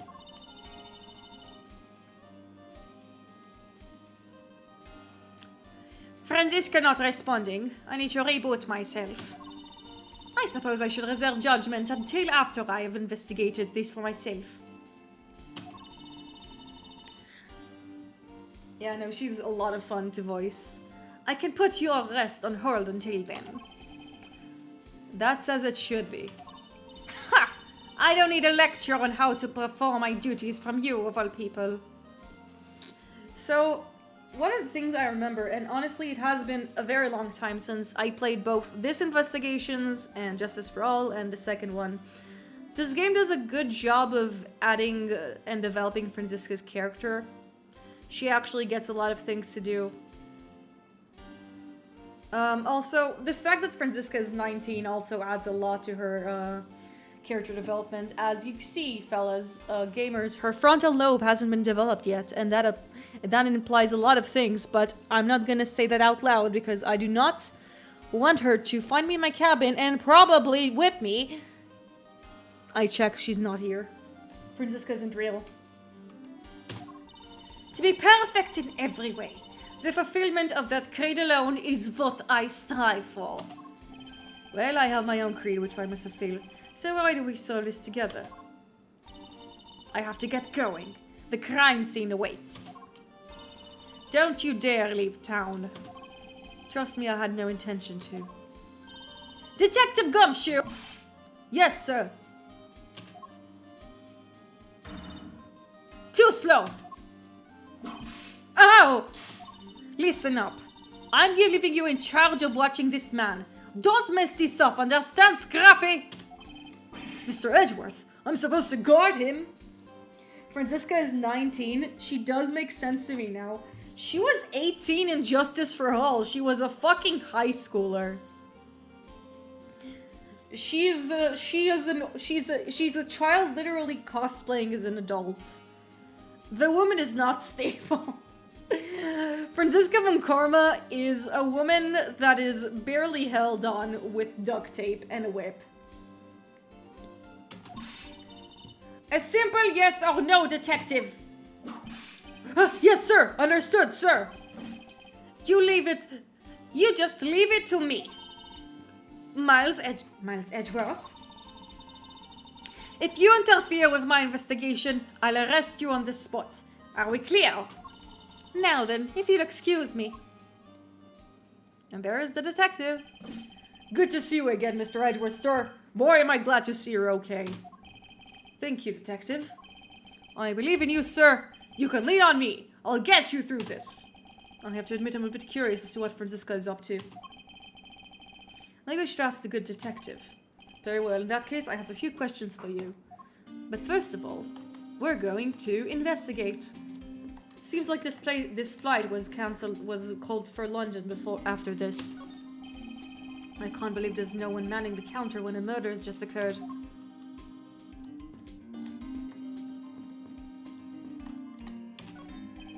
What a view of the planes preparing for takeoff.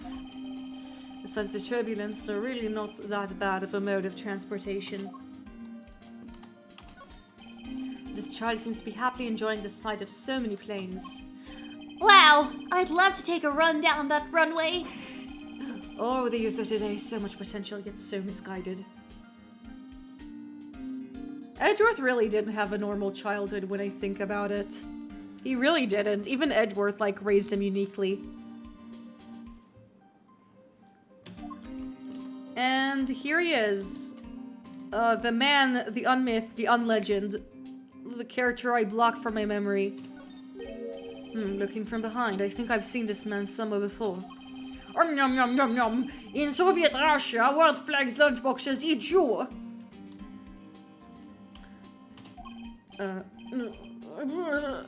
How does he speak in emoticons? Found it, lol. Oh, I feel a woke of creative powers coming on. It's over 9,000 lols. Seeing this man speak, well, it made me, the more we get away from the original date, the more dated Salmonella's manner of speaking is, not gonna lie. It's kind of cringe. For my next late movie, it's gonna be the Steel Samurai, Neo of Neo the Tokyo, versus the World Samurai, champion of her. It's gonna rock so many boxers. What is it? Boomers in chat, please explain to me what Boxers is. So the Steel Samurai is finally getting a movie. Edgeworth, you know this guy is the one who directed the Steel Samurai. We do not acknowledge that. We really don't. The Steel Samurai is his own being, and he's above any man or any creature. Oh, there's the guy who was extremely anxious. Look at him, so angry. So anxious. Honestly, I relate to him. I remember that when I was a kid, there was a moment in my life where I just had really bad flight anxiety. This man was in the first class with me. He was quite shaken up by the whole affair. I did it. I made it the whole flight. I'm not scared of turbulence anymore. He must have been pretty scared. He's repeating the same thing over and over to himself. Look at how upset this dude is. It's really nice seeing the sprites, like in high definition like this. Lunchland. Another case. That's familiar. Not bad. I guess it's gotten big enough to warrant its own branch of shops. Which should I go with? I recommend our airport special. World flag lunchboxes. Only available for a limited time. We have a variety of lunchboxes made to look just like different countries' flags. I wonder if they make to take Lunchland to the international market. Probably are.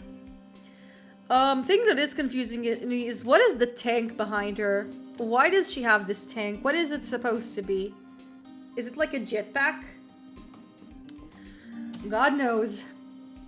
And now we're talking to him, but first of all, we're going to present to you the badge. Hey, Mr. Edgeworth, I think something just fell out of your pocket. What are you... So did something fall out or not? I didn't get a good look, sir.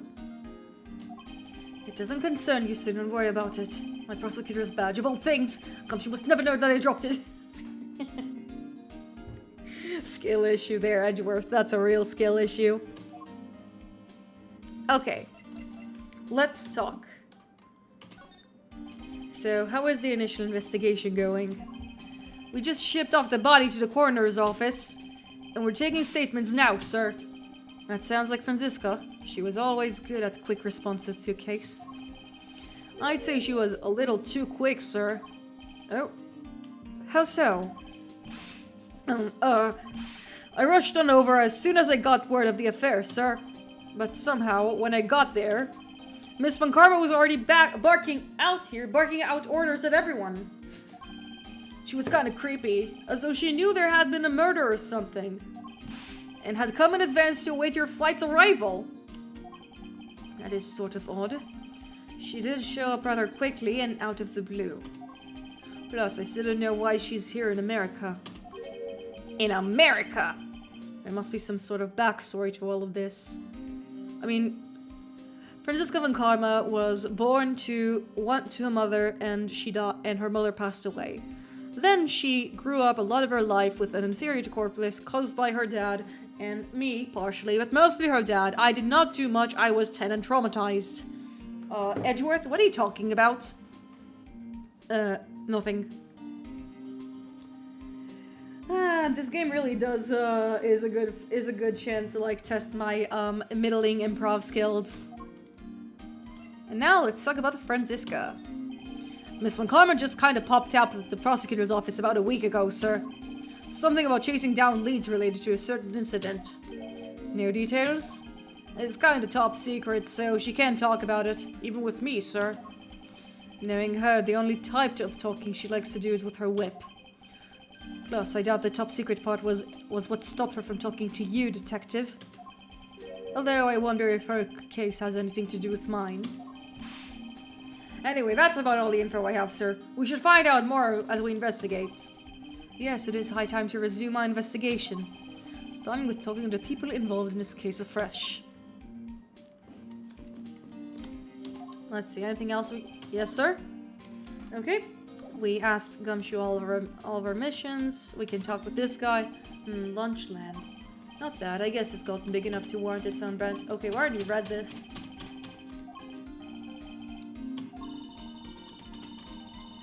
She looks really impatient in this one. Like, like this guy is not choosing and she's trying to keep... We have a variety of lunchboxes made to look like different countries' flags. Oh wow, Gumshoe's shocked. If you really want one that badly, Detective, why shouldn't you go ahead and pick one?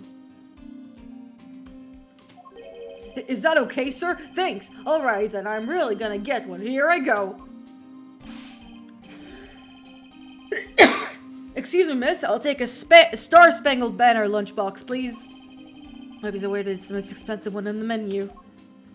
And he... That was nice, though.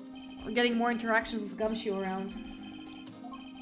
I'd be pretty scared if I got caught up in a murder investigation, sir. Ugh, I did it. I made it the whole flight. I'm not scared of turbulence anymore. This life vest is proof I made it alive. It's now my prized possession. How could you just take that from the plane? It's okay, Mr. Edgeworth. I've got nothing to do with the murder, at least. It's got nothing to do with the murder, at least. That's a big Schlatt moment there.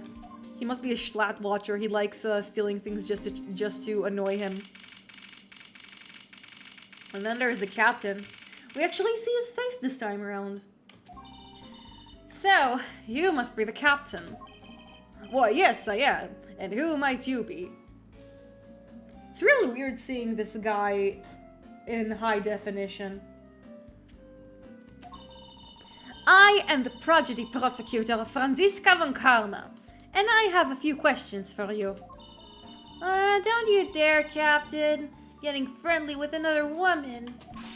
I'll never forgive you if you do. What are you talking about? I only have eyes for you, my dear Cammy. I wouldn't bet money on our dear captain to be much of a reputable person. Sure you don't want to ask the captain some questions, sir? He was in the cockpit the entire time. I highly doubt he would know anything of use. Anyway, I'd like to leave the type of witness to Franziska and her whip. Honestly, deserved. He's a bit of a scumbag. Ah! Look at poor Gumshoe. He flinched just from hearing the whip. No. No, poor Gumshoe. Now see here. Ah! Sorry, I'm sorry. How long do you intend to hold me? It is impossible for me to be the criminal, I told you. Mr. LeBlanc. Oh, it's you. Tell this man to stop stopping me from going. Time is money. I don't have 1 second of wasteful time to spend. Well, seems like we have our first man, but first of all, let's look at this.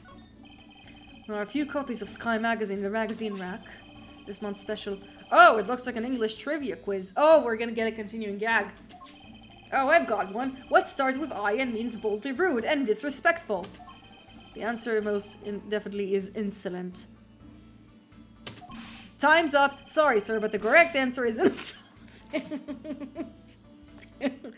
Gumshoe, no! Detective Gumshoe, don't tell me your English ability is the same level as him.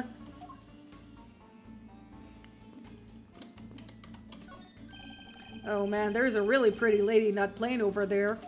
Ah! She's looking over here! Quick, sir, wave at her with me, please! I want to raise her up. I refuse to be your wingman in this. Edgeworth, if you're good, you better... Edgeworth, you cut off Gumshoe's salary. You don't show him the respect he deserves, and you refuse to wingman him when he tries to, like, be nice to ladies. Such a friend you are. What a good friend. Hey, this statue. What about it, detective? Did you notice something? I saw this guy in a dream last night. The resemblance is uncanny, sir. You saw him in your dreams? Well, yeah, I saw him, and then I arrested him. I want to show you just how vital I am in your partnership. Being useful in your sleep is no helpful to me in the real world, detective. And yet it's really sweet. You gotta admit, Edgeworth. And piano. They've got a piano on this plane? Hey, do you think I can try it out, sir? I think you would know better than to randomly touch things at a crime scene, detective. Besides, I didn't know you knew how to play. Oh, of course I do. I'm practically proficient. Interesting. The things you learn about people on a daily basis. I can do Doe and Ray. I can get Doe and Ray to come out just right, sir. 2 notes does not proficient pianist make, detective. I mean, according to the orchestra, to the Ace Attorney Orchestra fan art, or like, there's the orchestra albums, so I don't know if you guys know this, but there are a bunch of Ace Attorney meets orchestra pages, and it seems like then they make different arts for all of them. So in the ones that Edgeworth is in, oh, the 20th anniversary soundtrack, it has all the prosecutors. I'm currently looking. So according to the Ace Attorney canon, there's only one there's only one kind of song that he knows how, like, instrument he knows how to play, and it's the triangle. And it's canon both in the old art and both in, like, the newer art. Like, Edgeworth, like, according to that, Maya, like, Phoenix and Edgeworth play the violin, Larry plays the recorder, Mia plays the flute, Maya plays the chimes, I think. I forgot how they call that. Miss Oliven he plays the bell, and Gutto is a 2-instrument man, both with the sax and the contrabass. And Edgeworth and Phoenix is the composer. He also knows the violin, according to the instruments. I don't know, I really like, if you guys are looking for something nice to look at, I highly recommend you look at, like, all the images of, like, hey, look, it's the characters from the Ace Attorney series, but they're playing instruments. It's super cute. There's also this really cute fan art I know that shows, like, people with their different headphones, and, like, Franziska's being an ass, she's taking away Gumshoe's headphones. Goddard was drinking with his earplugs. Edgeworth has a set of steel samurai headphones because he's a nerd. Okay. It's really good art. If you guys are looking for some extra serotonin, just look up, like, the Ace Attorney Orchestra album covers. They're so cute. Let's talk with Dinkelblog. Did you finish taking his statement yet? Yep, all done, sir. I do not concern if you're not done examining the cargo hold. I want my cargo back. If you make a single scratch on my art, you will pay. Art? What sort of art? Mr. LeBlanc is an art dealer. He's got a bunch of artwork down to the cargo hold, sir. There's particularly a mountain of them, large and small. From folk costumes to stone statues, I sell all kinds of arts. Folk costumes? Speaking of which, Mr. LeBlanc's hat. It kind of looks like the other piece of cloth. Very convenient we have an art dealer here. He might tell us about this. Mr. LeBlanc, can you please take a look at this for me? Huh? Oh, it's Virginian cloth! As I suspected. Your hat is made of the same material, I suppose? Yes, of course.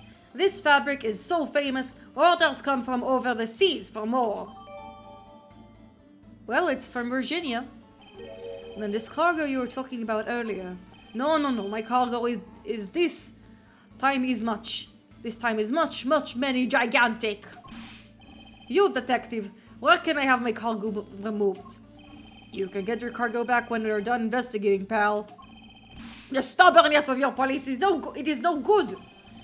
And it is no good that the attendant refuses to exit the attendant's room too.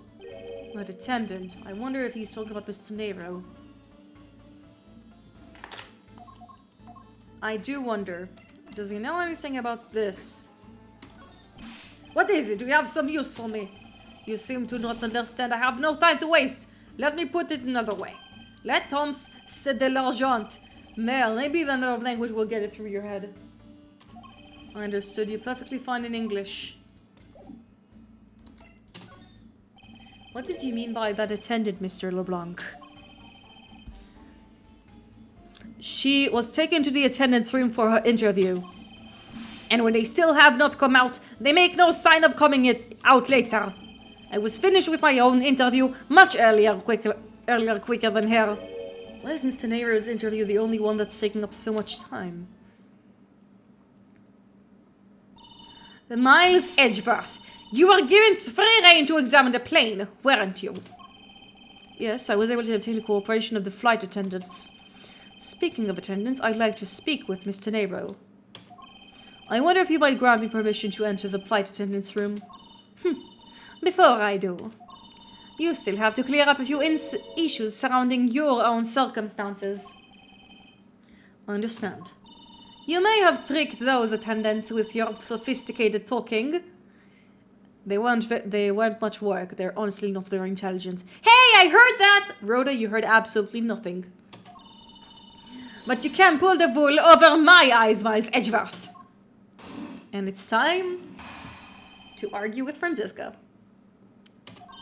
Let's not. Oh, I love the arrangements. Let's not complicate things and go with the most obvious conclusion. The scene of the crime was here, in the very lounge the body was discovered. From the time of the victim was seen calling for an attendant until his body was found, the only person at this lounge was the entire time was you, Miles Edgeworth. This, unmistakably, makes you the likeliest suspect. The likeliest suspect, Franziska? Do you have a problem with that? No, but it is not like you use much vague wording, usually a bit more absolute. I'm simply trying to watch out for you. Or is it my kindness too hard for you to comprehend? Thank you, but your leniency is unnecessary, for I will prove my innocence soon enough. If I want to continue my investigation, I'll have to break her line of logic fast.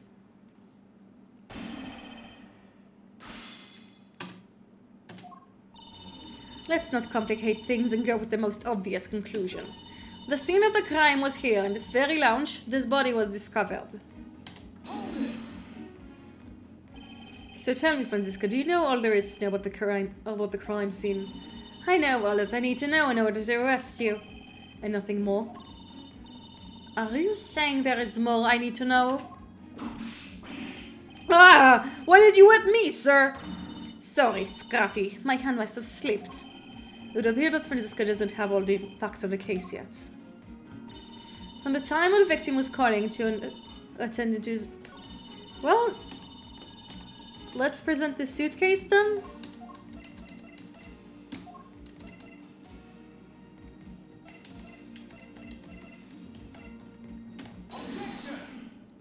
Yep. Let's catch her up to speed. It would appear that you did not have all the information needed after all. And what does that mean?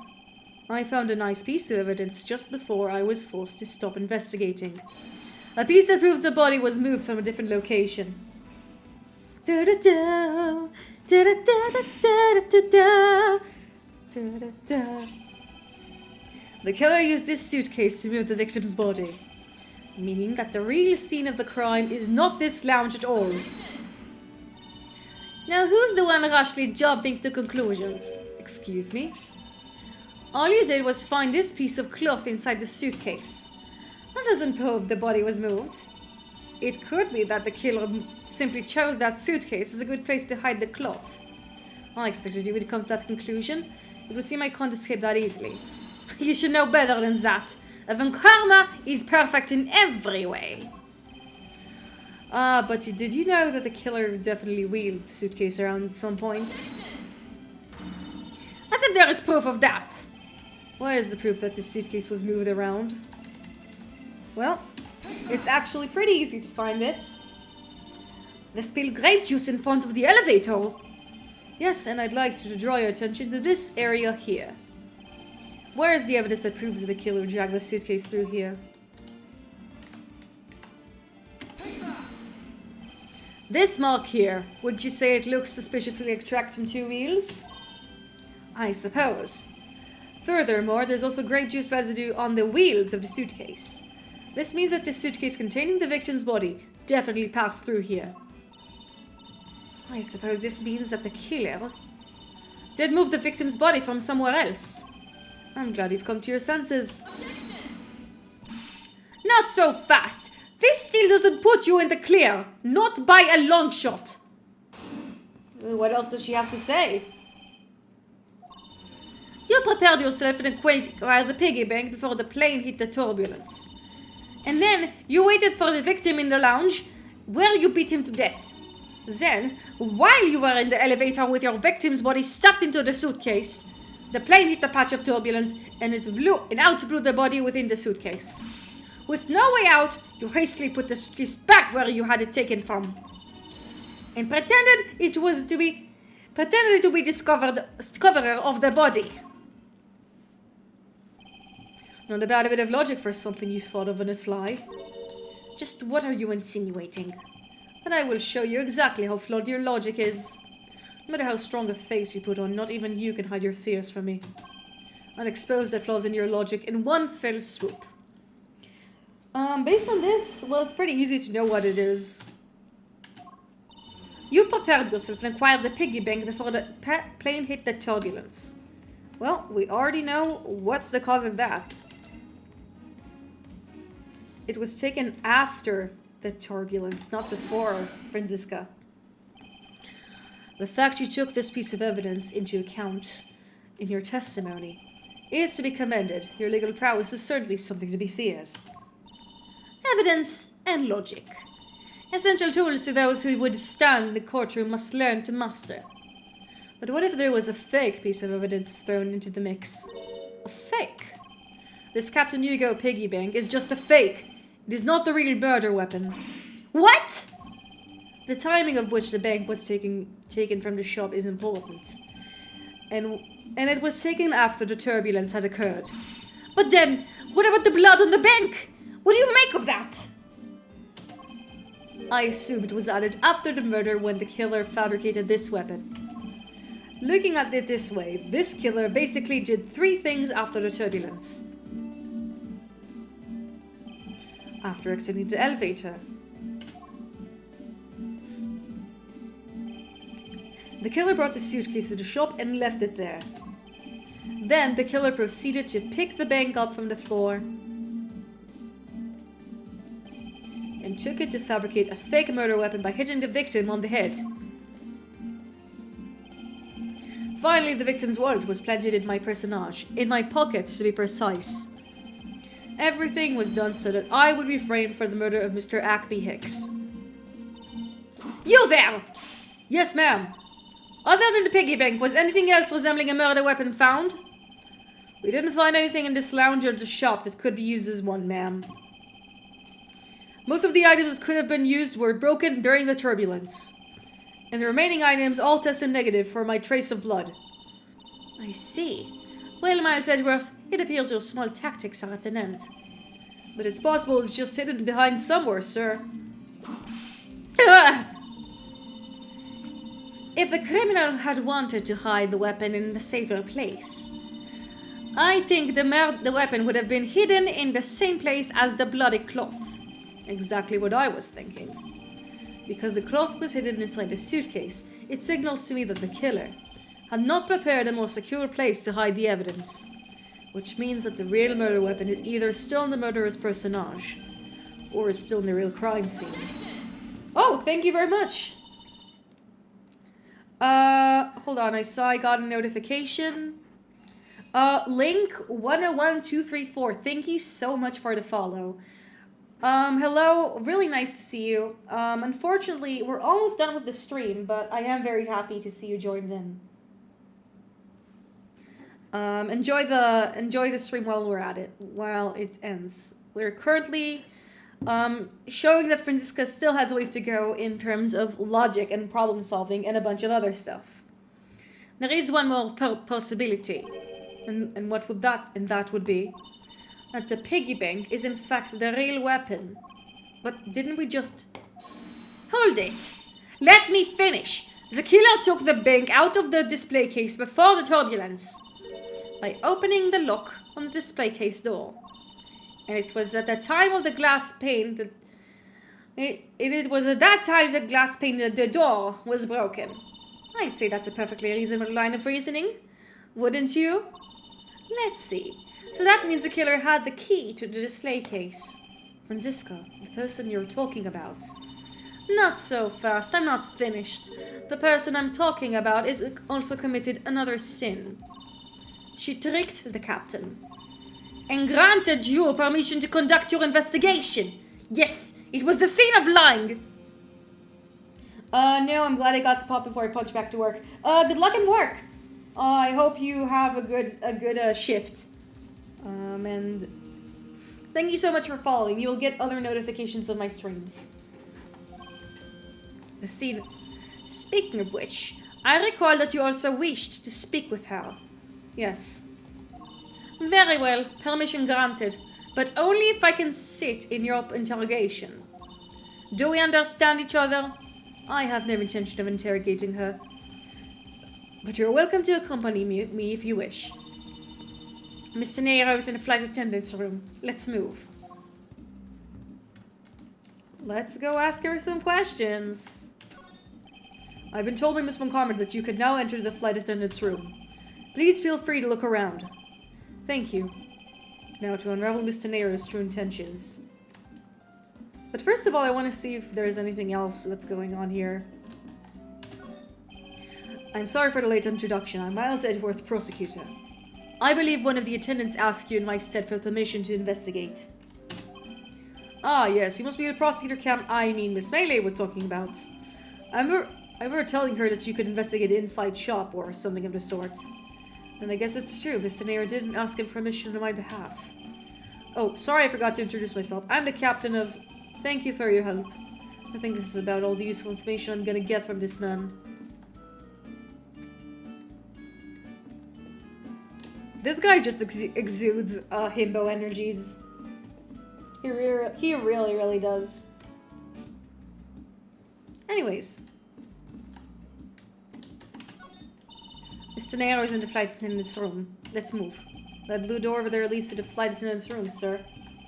Alright, let's see what name... Oh, okay, I just wanna... The man in the seat was constantly drinking something. You know, right before payday, I do nothing but drink the soup from my instant noodles. Not much sodium can be healthy. You might want to go in for a checkup. Oh, did you really think I was serious, Mr. Edgeworth? Whoa! I'm sorry, sir! I'll never make another joke like that again! Also, I don't have insurance! What's this? What is it, detective? Did you find an important piece of evidence? A giant parfait on top of bread and steak? Paint me jealous, or it's a feast! Maybe I should just let him have the giant parfait so we can move on. Yeah, give him the giant parfait! It's not as good as a raise, but it is nice. This was my seat. Wow, you read law books even when you're flying, sir? Were you expecting anything less? Now come along, we must hurry to the crime scene. Hold on a sec, there's a different book stuck in here. The Steel Samurai's Detective Gumshoe. Am I going to go charge you with invasion of privacy? You can't hide that. Hey, Mr. Edgeworth, this urn's got a seatbelt strapped tightly around it. It must be of great value to Mr. Blanc, then. Yeah, I guess that's if you don't want to churn your urn. There is always the best to buckle up to churn your urn. What does churn your own urn even mean, you guys?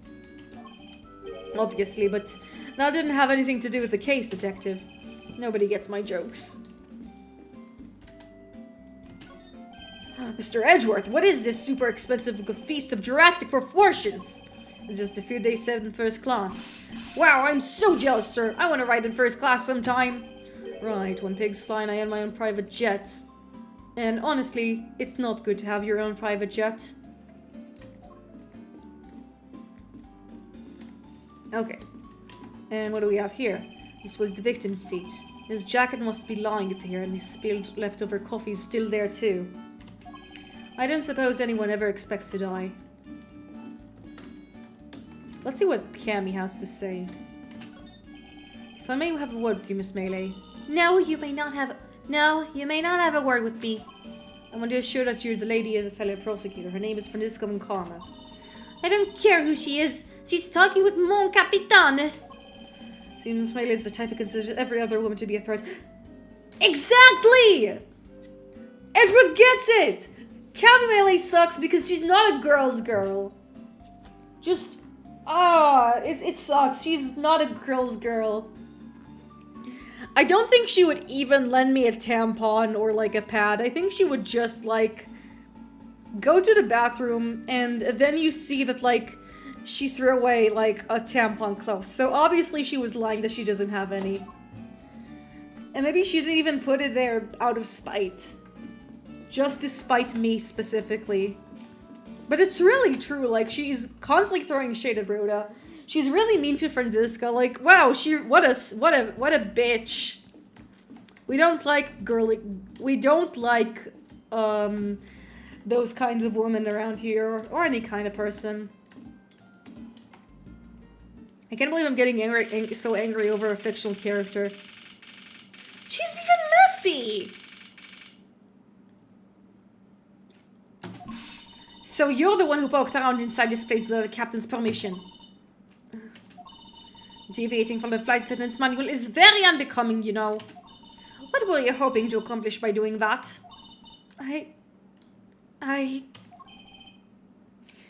Mr. Nero. Oh, Mr. Edgeworth, you're here too? Can you please help us shed some light on why you did what you did? All right. So we have your fragile, blur text, and fabulous. There's an Academy Award here, and a Rubik's Cube, and a crown. What is all this junk against these boxes? There's no rhyme or reason for any of it. That's our lost and found, Mr. Edgeworth. Wait, so someone lost an Academy Award? Yeah. Gold crowns and swords and necklaces. It's like a treasure trove in here, sir.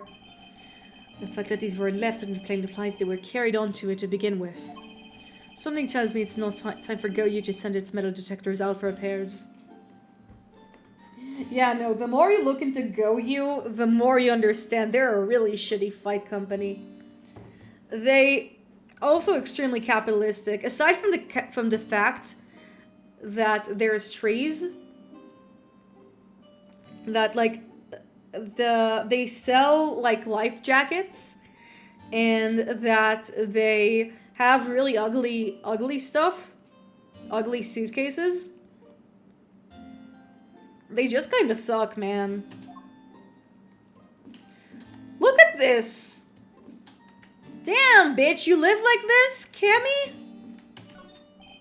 It's pretty easy to tell who sleeps in which bunk just by looking. I'm almost certain that the well-kept one up top belongs to Mr. Nero. Oh, the bottom one is a giant mess. You solvent, squalid scoundrel of a man. You dare to scrutinize a woman's bed and invade her privacy? Yo! You see, Gumshoe, I don't just support women's rights. I also support women's wrongs. Honestly, Franziska, we salute you for that. Oh, there are some things in life best to keep to yourself, detective.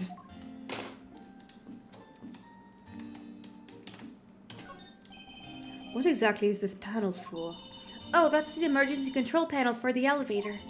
We use it to stop the elevator on the first floor to keep its doors open. Literal poster girl for the flight attendants. It's one of the suitcases designed by Mr. Nero. You can tell it's hardly even been used by lack of single scratch on it. Well, I think it's time we ask Rhoda a few questions. I think we're gonna do her interrogation, and then we'll be finished for the night. I'm really having fun with this game so far. But first of all, Rhoda, do you want to see my badge?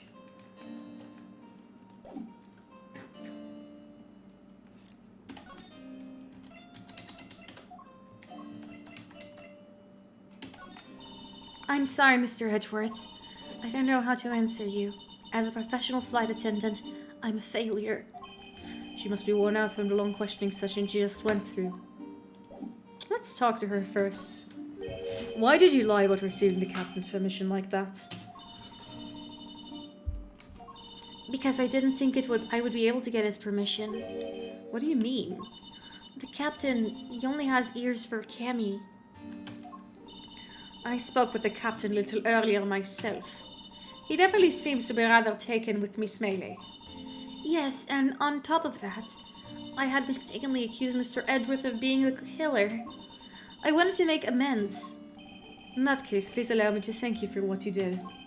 Thanks to you, I was able to clear myself of the charges. Really?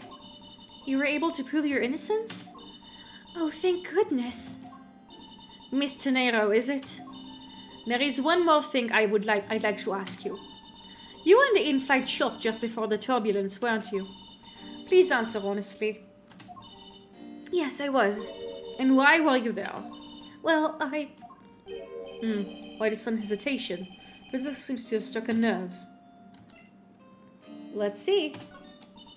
All I did was go check up on the shop like I always do. You're saying it was for work then? Yes, I'm in charge of the shop, so I have to keep an eye on it. I don't have any reason to go there otherwise.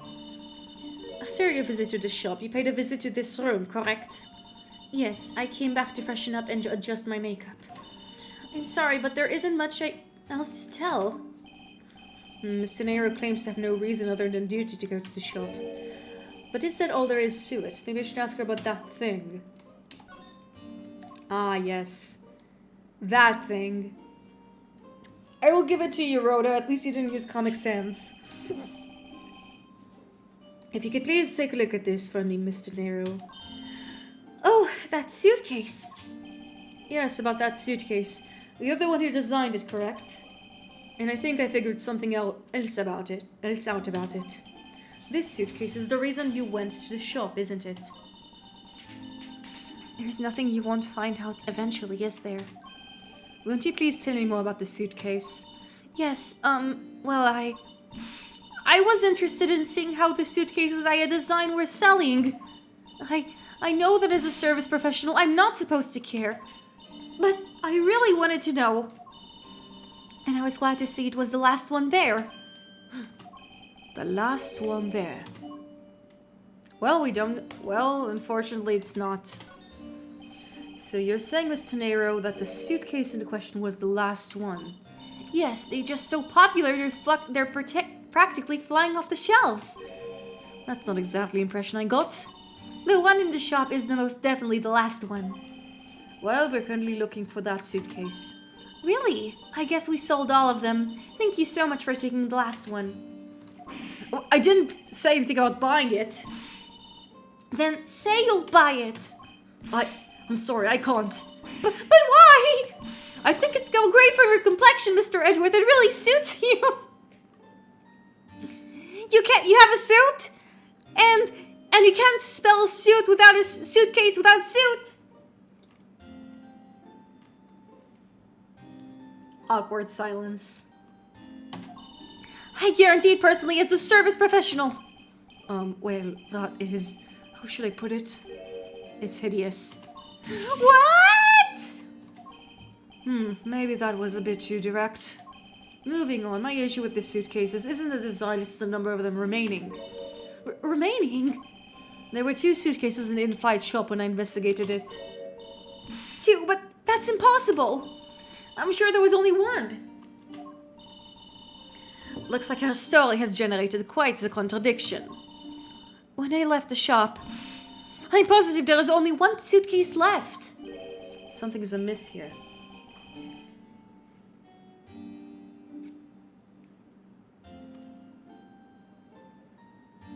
One second. By the way, Mr. Nero, what is the one of those suitcases doing here? That's... I thought you said there was only 1 left. That one is, it's mine. I've used it for a very long time now. She used it for a very long time. I think not. Mr. Nero, I'd appreciate if you wouldn't lie to me.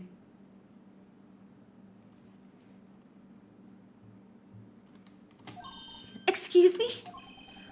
I don't believe for even 1 second that you've used it for a very long time. What proves that this hasn't been used for nearly as long as Mr. Nero says? Well, we know. It's the price tag. Take that!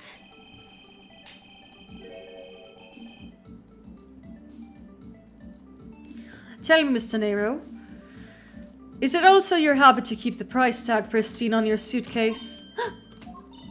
What is the meaning of this? Why would you lie about the suitcase? Despite having faith in her design sense, the sales numbers made her cry bitter tears. The truth is becoming increasingly clear to me. Mr. Nero, I think I understand. I know what you're trying to hide. Now that the suitcase was originally in the in-flight shop, seeing as the price tag is still on the suitcase, one can only assume it was out on the floor for sale in the shop, and the person who bought this suitcase was you. It was you, wasn't it, Mr. Nero? I hate to say this, but this suitcase that you designed, it hasn't sold very well, has it? You saw how poorly the design you poured your heart into was selling. And we're deeply hurt. That's why you wanted to make it look like it was selling by buying it yourself. Isn't that right? Then the reason why you went to the shop and came back here was... I'm sorry! All I really have is my job. I was overjoyed when my design was chosen. I thought that maybe I'd finally accomplished something. But the suitcases didn't sell. It's because of the design, isn't it? All because it's, as you put it, hideous. I can't say they chose a great place in which to sell them either. We weren't selling a single one, and they were just sitting there collecting dust. I think the real culprit here is Hugo Hughes. Because man, this is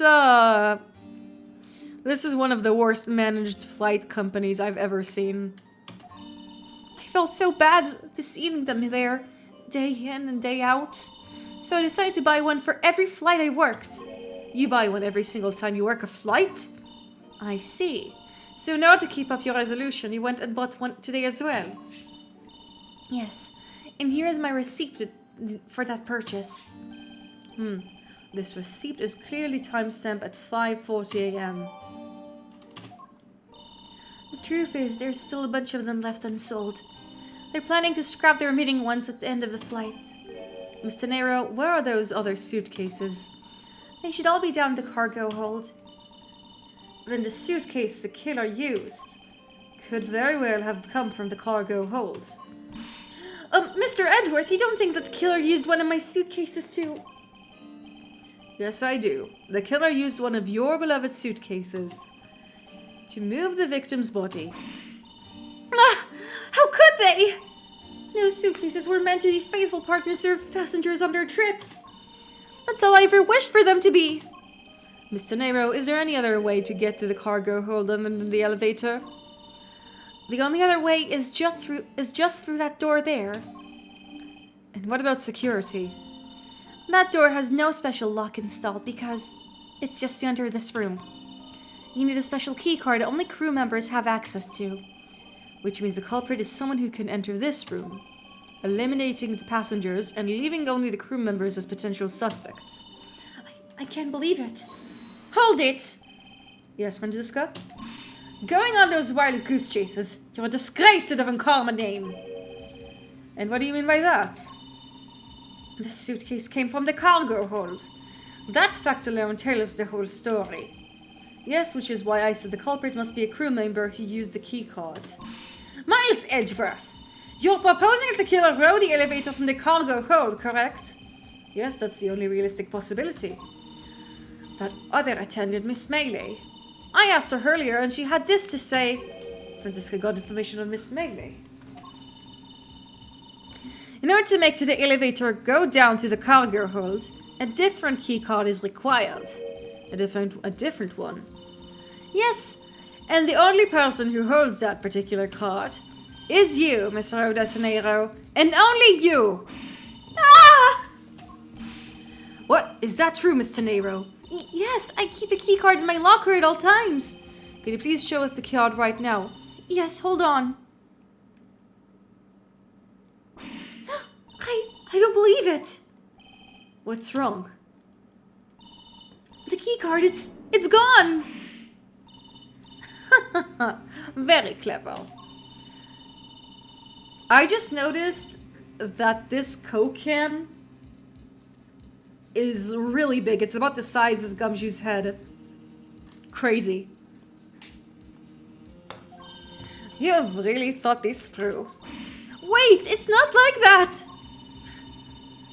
You can tell us all about what it's like down at the station. Officer! Arrest this woman! Yes, ma'am.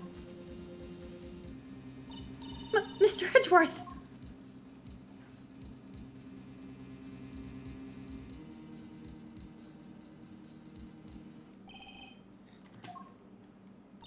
What's wrong? There's disbelief written all over your face. Francisca, I know that you're the lead investigator on this case, however... Hold it! Don't even think about wasting more of my time. You know the rules as well as I do. She should have said you know the rules, and so do I. I'm not the only one thinking that, am I? Evidence speak louder than words. Even if this isn't the courtroom, that basic tenet still applies. I intend to investigate the cargo hold now. What will you do, Miles Edgeworth? I intend to do likewise. To be continued. Okay, chat. We now have the perfect place that we can